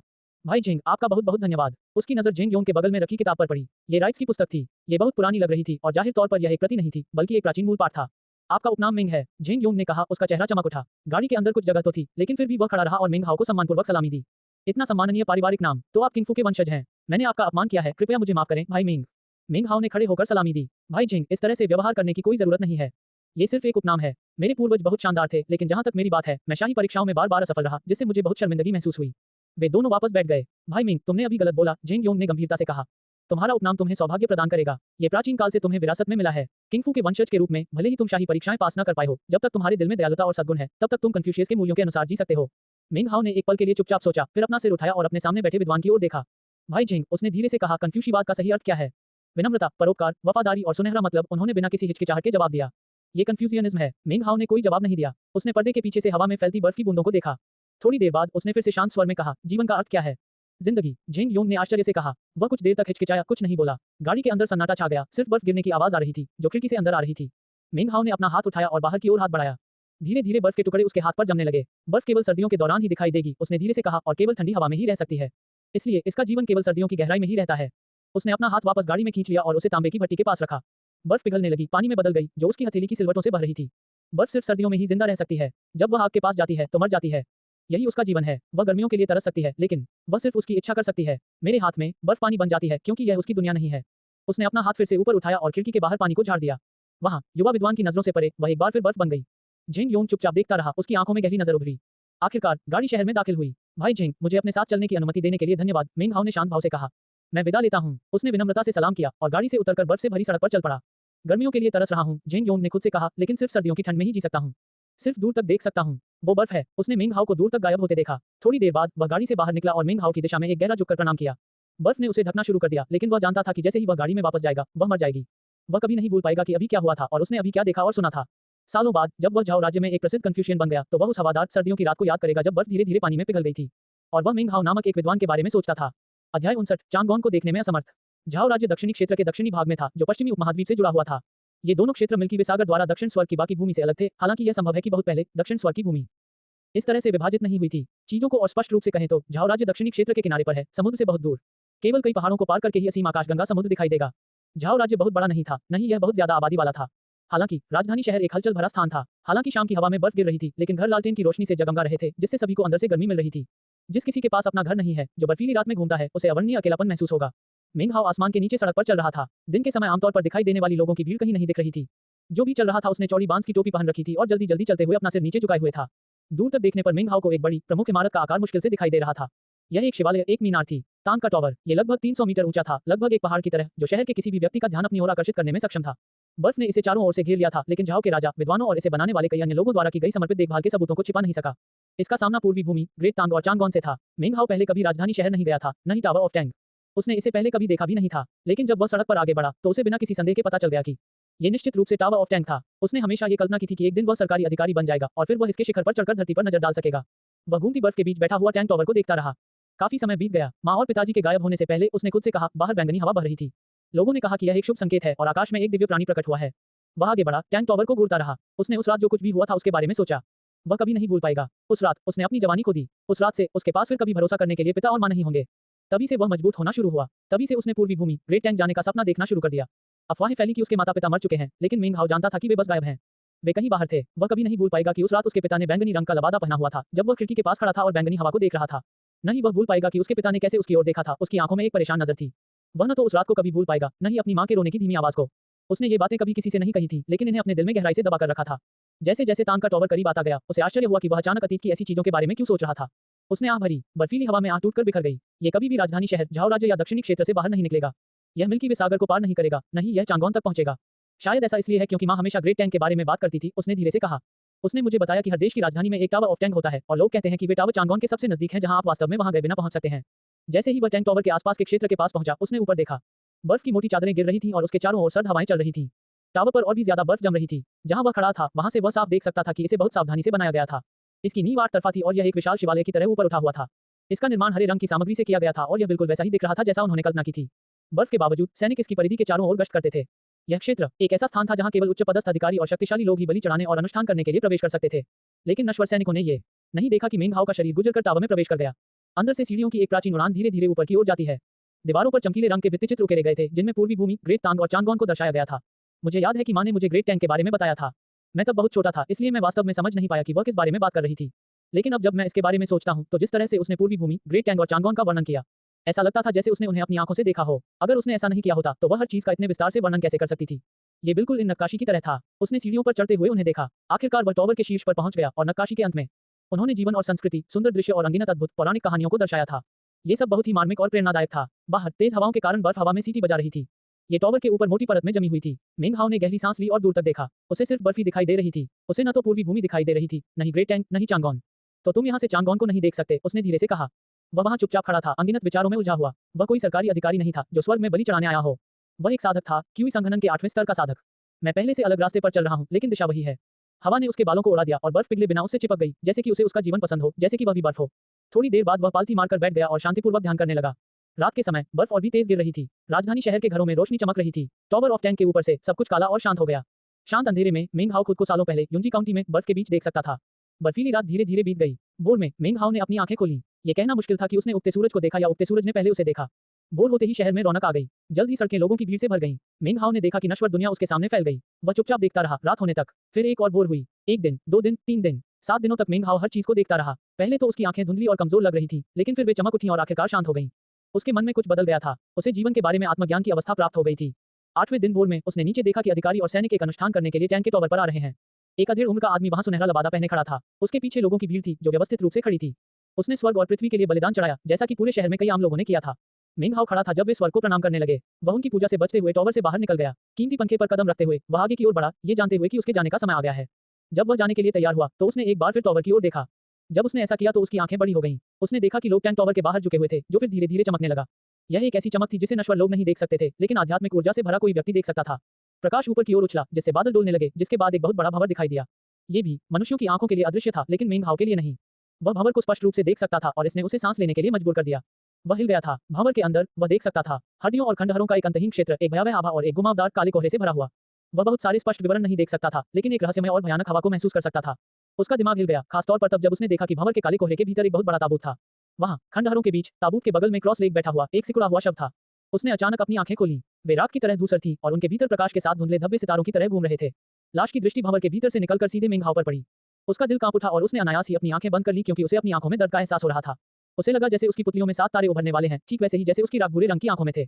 अचानक उसके शरीर पर मुरझाई हुई झुर्रियां दिखाई देने लगी और उसके रोम छिद्रों से भयंकर काली धुंध रिसने लगी। चौंक कर मेंग हाओ पूरी गति से पीछे हट गया। उसी समय भंवर अचानक बादलों में समा गया। उसे जो कुचलने वाला एहसास हुआ था वह गायब हो गया और सब कुछ सामान्य हो गया। ऐसा लग रहा था जैसे उसने जो कुछ देखा था वह एक भ्रम था। और फिर भी उसका शरीर अभी भी मुरझाया हुआ था और मृत्यु की आभा की हल्की सी किरणें उससे बाहर निकलती रहीं। उसके चेहरे का भाव कई बार बदला। उसने नीचे टैंक के टॉवर की ओर देखा। चमक अब मौजूद नहीं थी, लेकिन लोग उसे प्रणाम करना जारी रखे हुए थे। उसका चेहरा काला पड़ गया और बिना किसी हिचकिचाहट के उसने कीमती पंखे को उसकी सीमा तक धकेल दिया। उसका शरीर प्रकाश की एक धारा में बदल गया और वह दूर में गायब हो गया। वह राजधानी शहर से बाहर निकल गया और कई बार टावर ऑफ टैंक की ओर देखा। उसकी आंखें आसमान को घूर रही थीं और उसके दिल में संदेह पैदा होने लगा। यह कोई भ्रम नहीं हो सकता। टैंक का टॉवर, ये वास्तव में किस तरह की जगह है? शुरू में मैंने सोचा था कि यह एक नश्वर स्थान है, लेकिन ये स्पष्ट रूप से सच नहीं है। भंवर के भीतर वह कौन सी जगह थी? खंडहर, मौत की आभा, वे सभी हड्डियां। खंडहरों के बीच देखी गई लाश के बारे में सोचते हुए उसका सिर सुन्न हो गया। उसकी आंखें बेरहमी, भयावह और भयावहता से भरी हुई थी, खास तौर पर उसकी बुरी आंखों की पुतलियों में मौजूद 7 सितारे। जब उसने ये सोचा तो उसका शरीर ठंडा पड़ गया और पसीना टपकने लगा। और वह ताबूत, मेंग हाओ ने गहरी सांस ली, उसकी आंखें भय से भर गईं। उस ताबूत के अंदर कौन है और यह अचानक भंवर में क्यों दिखाई दिया? क्यों? क्या इसका टॉवर ऑफ टैंक से कुछ लेना देना है? क्या इसका पूर्वी भूमि में ग्रेट टैंक से कुछ लेना देना है? मेंग हाओ ने फिर से टॉवर ऑफ टैंक की ओर देखते हुए विचारमग्न हो गया। उसके भीतर विस्मय की भावना और भी प्रबल हो गई। उसने फिर से गहरी सांस ली, जमीन पर गिरने और भागने से पहले थोड़ा आगे सरक गया। वह सोचने लगा था कि भंवर के भीतर लाश द्वारा घूरे जाना एक आपदा थी। योजक चिन्ह, योजक चिन्ह, योजक चिन्ह, योजक चिन्ह, योजक चिन्ह।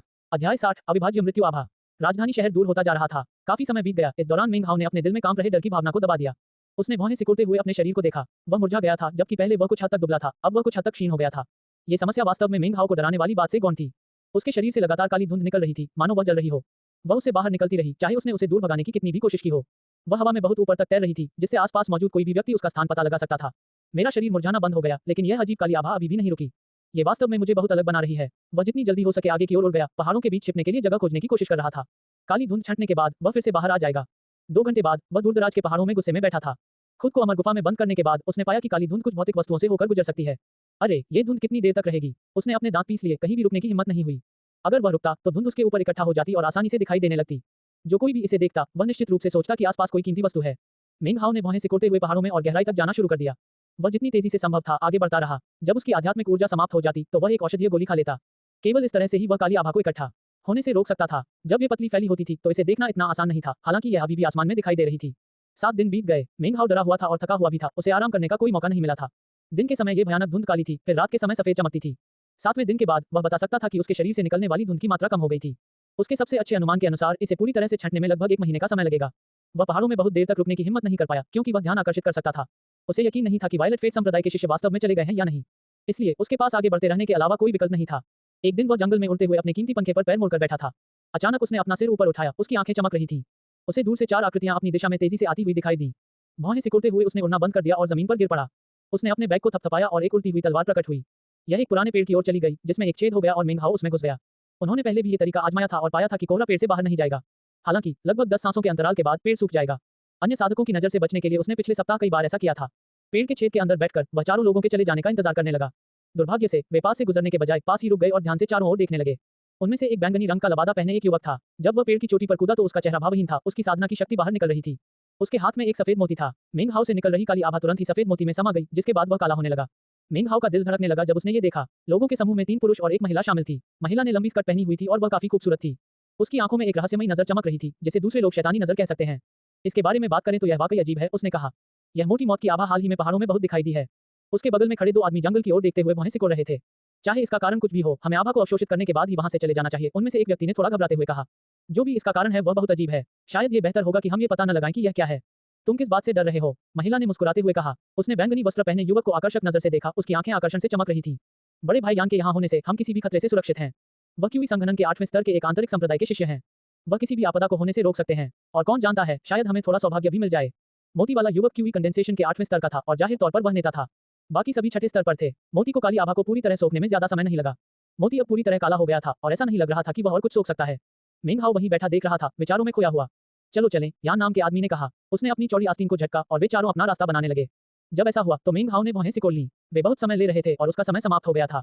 काली आभा अभी पेड़ के शीर्ष से बाहर निकलने लगी थी। जैसे ही वह दिखाई दिया, यान नाम के आदमी ने मुड़कर उसकी ओर देखा, उसकी आंखें चमक उठी।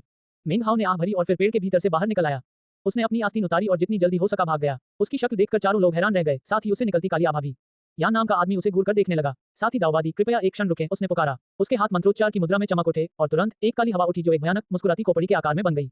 उसने अपना जबड़ा खोला और मेंग हाओ की ओर बढ़ गया। उसने मेंग हाओ को रुकने के लिए कहा था, लेकिन इस खोपड़ी में उसके 8वें स्तर की क्यूई कंडेंसेशन की पूरी शक्ति थी। ये बिजली की तरह तेज गति से अविश्वसनीय शक्ति के साथ आगे बढ़ रही थी। उसी समय दो अन्य पुरुषों और महिला ने अपनी आंखों में चमक भरकर हमला किया। दो उड़ती तलवारें और एक जैड कंगन प्रकाश की किरणों में बदल गए जो सीधे मेंग हाओ की ओर बढ़े। महिला के जैड कंगन ने हवा में उड़ते हुए एक बिनबिनाने वाली आवाज निकाली, आकार में विस्तार करते हुए उसे कुचलने के लिए तैयार हो गया। मेंग हाओ ने भौहें सिकोड़ी। वह पहले भी अच्छे मूड में नहीं था, काली आभा से वह बहुत निराश हो चुका था। इस समय इन लोगों ने उसके भीतर एक मजबूत हत्यारी भावना जगा दी थी। उसने एक ठंडी खर्राट निकाली। उसका दाहिना हाथ ऊपर उठा और एक दहाड़ता हुआ फ्लेम पाइथन दिखाई दिया जो 20 या 30 मीटर लंबा था। वह 4 जादुई वस्तुओं की ओर तेजी से बढ़ा, जिससे भयंकर गर्मी निकल रही थी। एक धमाके से हवा हिल गई। जेड ब्रेसलेट टूट गया और दोनों उड़ती हुई तलवारें पिघल गईं। टक्कर की वजह से खोपड़ी बिखर गई। फ्लेम पाइथन ने चीख मारी और फिर गायब हो गया। क्यूई संघनन का 8वां स्तर, महिला ने कहा। उसके बगल में खड़े दो आदमी चौंक गए, उनके चेहरे पर इरादे साफ दिखाई दे रहे थे। यान नाम का साधक एक कदम आगे बढ़ा और मेंग हाओ को घूरने लगा। मैं यान जिगुओ हूँ, कोल्ड विंड सैक का शिष्य, उसने शांत भाव से कहा। उसकी आंखें बिजली की तरह चमक रही थीं। साथ ही दाववादी, आपको जाने के लिए इतनी जल्दी करने की जरूरत नहीं है। क्या आप कृपया अपने शरीर से निकलने वाली मोटी मौत की आभा के बारे में बता सकते हैं? मेंग हाओ क्यूई संघनन के 8वें स्तर पर था, लेकिन यान जिगुओ भी था, इसलिए उसने हमेशा की तरह ठंडी आवाज में बात की। मेंग हाओ ने उसकी ठंडी निगाह का जवाब दिया और कुछ नहीं कहा। उसने अपने बैग को थपथपाया और एक झटके में कीमती पंखा सामने आ गया। वह तेज गति से भाग गया। यान जिगुओ ने आश्चर्य से पंखे को देखा। एक जादुई वस्तु जो उड़ान भरती है। वह फाउंडेशन स्थापना चरण का नहीं है, इसलिए वह केवल ग्लाइड कर सकता है। वह जल्द ही वापस जमीन पर आ जाएगा। यान जिगुओ का दिल तेजी से धड़कने लगा। पंखा एक जादुई वस्तु थी जिसे केवल क्यूई कंडेंसेशन के 9वें स्तर के शिष्य ही अपने संप्रदाय में प्राप्त कर सकते थे। एक ठंडी चीख के साथ वह पीछा करने के लिए आगे बढ़ा। बाकी तीन एक पल के लिए झिझके, फिर उसके पीछे चले गए। अरे, मेंग हाओ ने कहा। उसकी आंखें और भी ठंडी हो गईं। उसके प्रतिद्वंद्वी ने उसकी साधना के आधार की शक्ति देखी थी, साथ ही उसके जादू का उपयोग भी, जो दोनों स्पष्ट रूप से चेतावनी थे। और फिर भी वह अभी भी पीछा कर रहा था। मेंग हाओ को बहुत गुस्सा आया। उसके हाथ मंत्रोच्चार की मुद्रा में घूमे और फिर उसने पीछा करने वाले 4 लोगों की ओर इशारा किया। तुरंत प्रकाश की 4 किरणें निकली, पंखे से 4 पंख निकले। वे उड़ती हुई तलवारों की तरह हवा में करते हुए सीधे उसके पीछे खड़े 4 लोगों की ओर बढ़े। यान जिगुओ ने अपनी आंखें सिकोड़ लीं और अपने बैग को थपथपाया। एक छोटी लकड़ी की ढाल दिखाई दी, जो लगभग उसकी हथेली के आकार की थी। ये जल्दी से एक सिर के आकार की हो गई और पंख से मिलने के लिए आगे बढ़ी। जब वे एक दूसरे से टकराए तो एक जोरदार धमाका हुआ। बाकी तीनों के चेहरे पर हैरानी के भाव थे और वे जादुई चीजें निकालने के लिए हाथ पैर मार रहे थे। विस्फोटों के बीच उनके मुंह से खून निकलने लगा और वे डरे हुए से पीछे हट गए। वे 3 पंख बिल्कुल भी क्षतिग्रस्त नहीं हुए थे। मेंग हाओ ने अपनी उंगली हिलाई और वे यान जिगुओ की ओर वापस चले गए। यान जिगुओ का चेहरा मुड़ गया और उसने चीखते हुए अपना मुंह खोला। अचानक उसके रोमछिद्रों से एक हरा कोहरा निकला, जो घना कोहरा बन गया और उसके चारों ओर फैल गया, एक विशाल हरे रंग की खोपड़ी में बदल गया।